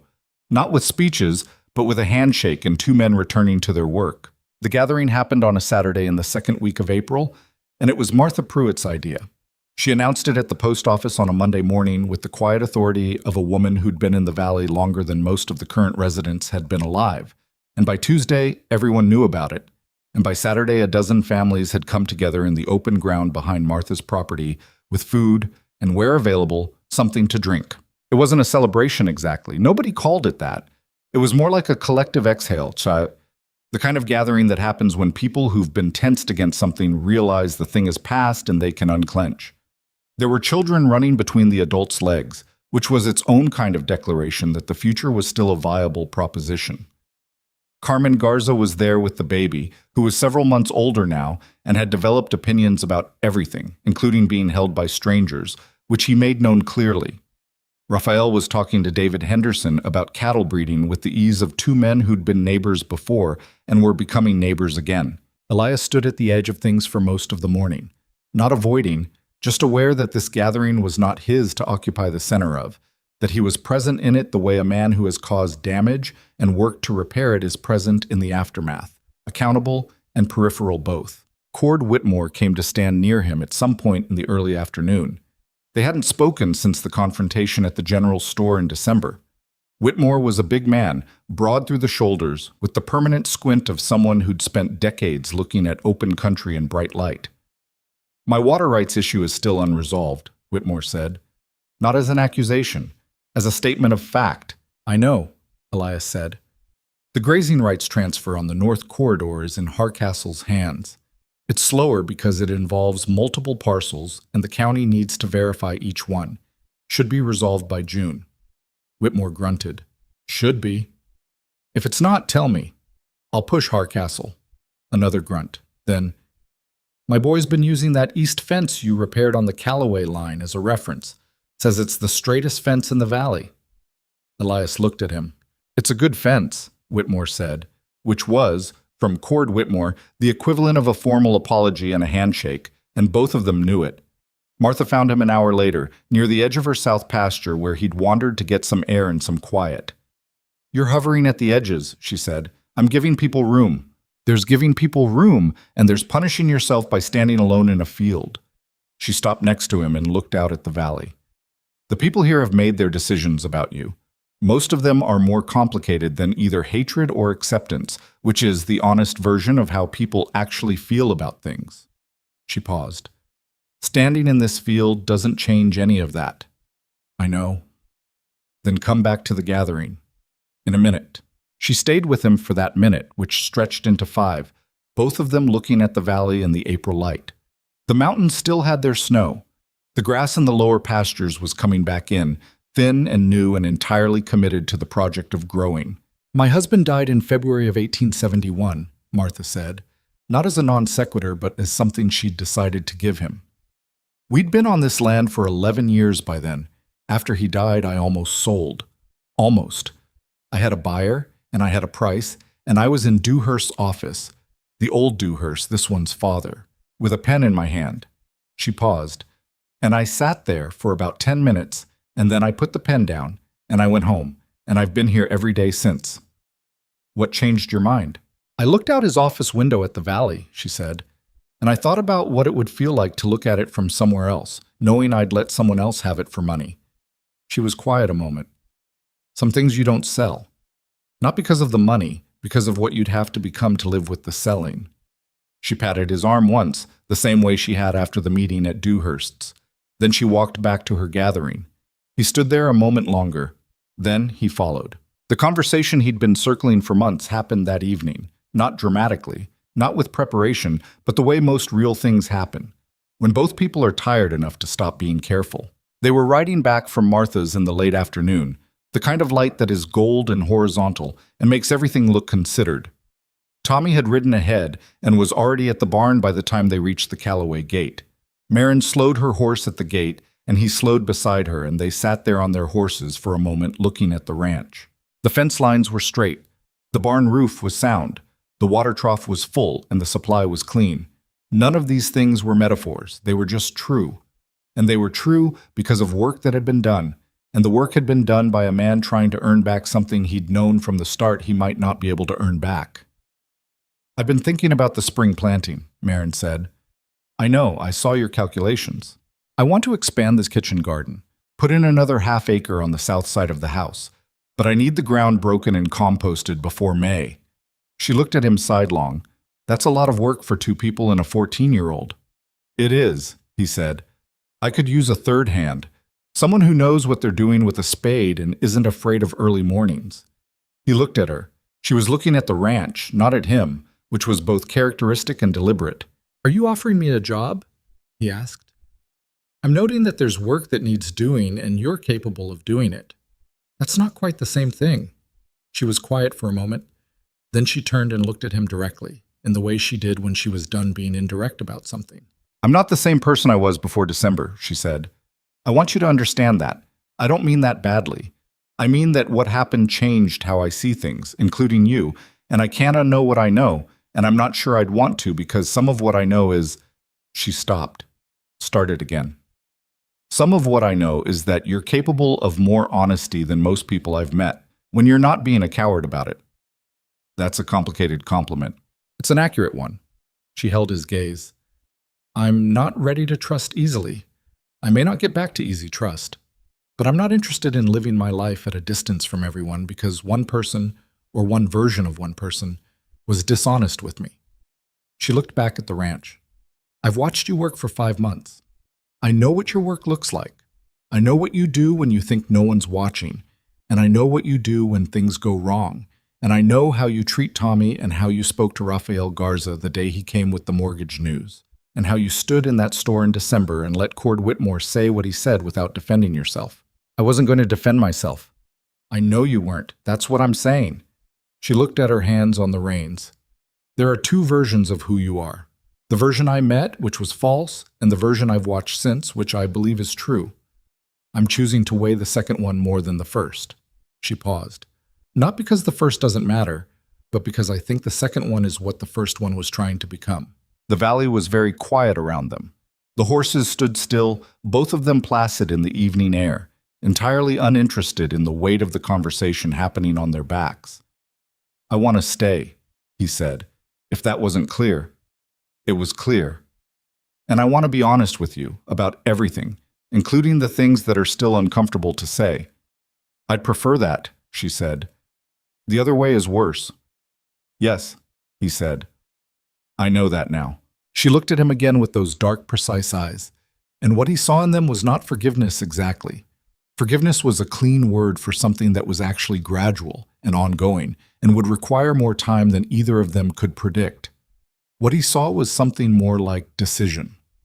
The particular look of a person who has considered something from every angle and chosen, with clear eyes and no illusions, to proceed. "Stay then," she said, "and fix that south bed before May or we won't have it ready for planting." She rode through the gate into the yard, and he followed, and Tommy came out of the barn and took both horses with the routine efficiency of someone who'd been doing this for months and expected to keep doing it. The days that followed were not the end of difficulty. That would be dishonest to say. The Whitmore grazing rights took until late May to resolve, and there were 2 weeks in there when it looked like the paperwork might stall permanently, and Elias rode to Tanner Creek 3 times in 10 days, pushing Hardcastle's office with the kind of persistence that bordered on aggravating. The alderman compensation took longer than expected because Pete Alderman's health made communication slow and irregular, and there was 1 week when Elias wasn't sure the man was still alive, and the uncertainty sat on him in a way that didn't let him sleep well. Tommy turned 15 in April, and Marin made a cake that was imperfect in the way of cakes made by someone who is an excellent cook but not a baker, and Elias gave him a good quality folding knife that the boy accepted with the restrained pleasure of someone trying not to show how much they liked it. And they ate the imperfect cake at the kitchen table, and Tommy talked more than he usually did, which was its own gift. The ground broke for the south bed in the third week of April. It was hard work. The soil had rocks in it that weren't visible until the spade found them, and some of them were significant, requiring the iron bar and considerable argument before they came free. Marin worked beside him every morning until noon, which she announced was the time she needed to spend on the books and the correspondence, and which Elias respected as a boundary and also privately suspected was partly about pacing herself because she was too stubborn to admit when her back was tired. They talked while they worked, about the planting schedule, about the water rotation for summer, about Tommy's future and whether there was money to send him to a proper school in the fall, about small things and not small things, in the unguarded way you talk when your hands are busy and you're not looking at each other. Some conversations are easier sideways. He told her more about Denver, about the years building Meridian, not to explain himself into innocence, but because she'd asked. In the straightforward way she asked everything, and because he'd promised honesty, and honesty wasn't selective. She listened without interrupting, which was her way, and asked questions that were precise and sometimes uncomfortable, which was also her way. "Did you know," she asked one morning, "when you were building it, that it would end up like this?" He thought about it honestly. "I knew the pressure tactics were going to hurt people. I told myself the people had a choice. They could sell or not sell. I told myself market forces were not the same as coercion." He set a rock aside. "I was wrong, and I knew I was wrong, and I kept going anyway, which is different from not knowing." She dug for a moment in silence. That took something to say. Not as much as it should have. She looked at him then, with the morning light on her face, and a smear of good dark soil on her forearm, and her expression was the one he'd come to know best. Not soft, not hard, but honest. The look of someone who sees clearly and chooses to stay anyway. By May, the south bed was planted. By June, Whitmore's grazing rights were resolved, and the man showed up at the Callaway fence one morning to tell Elias directly, which was not something he'd been obligated to do, and which Elias recognized as the completion of something that had started in a general store in December. The Henderson property had livestock on it again. The Garza baby had started pulling himself upright on the furniture and looked, according to Carmen in a letter to Marin, absolutely furious about everything, which Carmen reported with the proud exhaustion of a mother who had gotten through the first hard year. Martha Pruitt's land sat on its hill above the south end of the valley, exactly as it always had, because some things in the world simply continue, and that continuity is its own form of victory. The summer came in earnest in July. Hot, dry, demanding. And the work it required was the work it always required, which was all of you, every day, without negotiation. Elias gave it that. He gave it that not because he was performing redemption for an audience, but because the work was real, and the land was real, and the people on it were real. And those things had become the things that structured his days and his purposes in a way that the Denver offices and the mahogany tables and the numbers in the acquisition files had never managed to be. There's a thing that happens to some people who've lived at a distance from their own conscience for a long time. When they finally close that distance, when they finally stop running a separate account on the person they're pretending to be, the relief of it is so large it takes a while to understand what it actually is. It doesn't feel like triumph. It feels more like setting down something you'd carried so long you'd stopped noticing the weight. And once you've set it down, you can't quite believe how heavy it was, and you can't quite believe how long you carried it. And the honest answer to why you carried it that long is not a flattering one. Callum Ashford had carried it for years. He'd carried it through the building of Meridian and the growth of it, and the moment he finally walked out the door in Denver, and he'd carried it all the way to a frontier valley in Wyoming, where a woman he had no right to trust him had offered him honest work for $12 a month. He'd been setting it down in pieces ever since, and it was not done, and might not be for a long time, and that was the honest accounting of it. One evening in late July, when the heat of the day was finally releasing and the sky over the mountains had gone that deep particular blue that comes just before the stars, Marin came and sat on the fence beside where he was working on the last section of the North Pasture extension. She sat on the top rail with her arms crossed, watching him work, which she sometimes did and which he'd stopped finding unusual. "Tommy asked me this morning," she said, "whether you were going to stay through the fall." He looked up. "What did you tell him?" "I told him to ask you." "He didn't ask me." "He's 15. He's not going to ask you directly." She looked at the mountains. He worries about people leaving. It's a history he has. Elias was quiet for a moment, driving a post with steady measured strikes. I'm staying through the fall, he said. And after? He set the mallet down and looked at her on the fence. The straight back, the practical clothes, the way she looked at things directly even when they were difficult. What do you want the answer to be? He asked. She looked at him for a long moment in the evening light. I want the true one, she said. That's all I've ever wanted. Then, I'm staying, he said. Not through the fall. I'm staying. She held his gaze. Something in her face, not softened, not transformed, but settled. The expression of someone who has made a decision and feels the rightness of it not as joy but as solidity, ground that holds. All right, she said.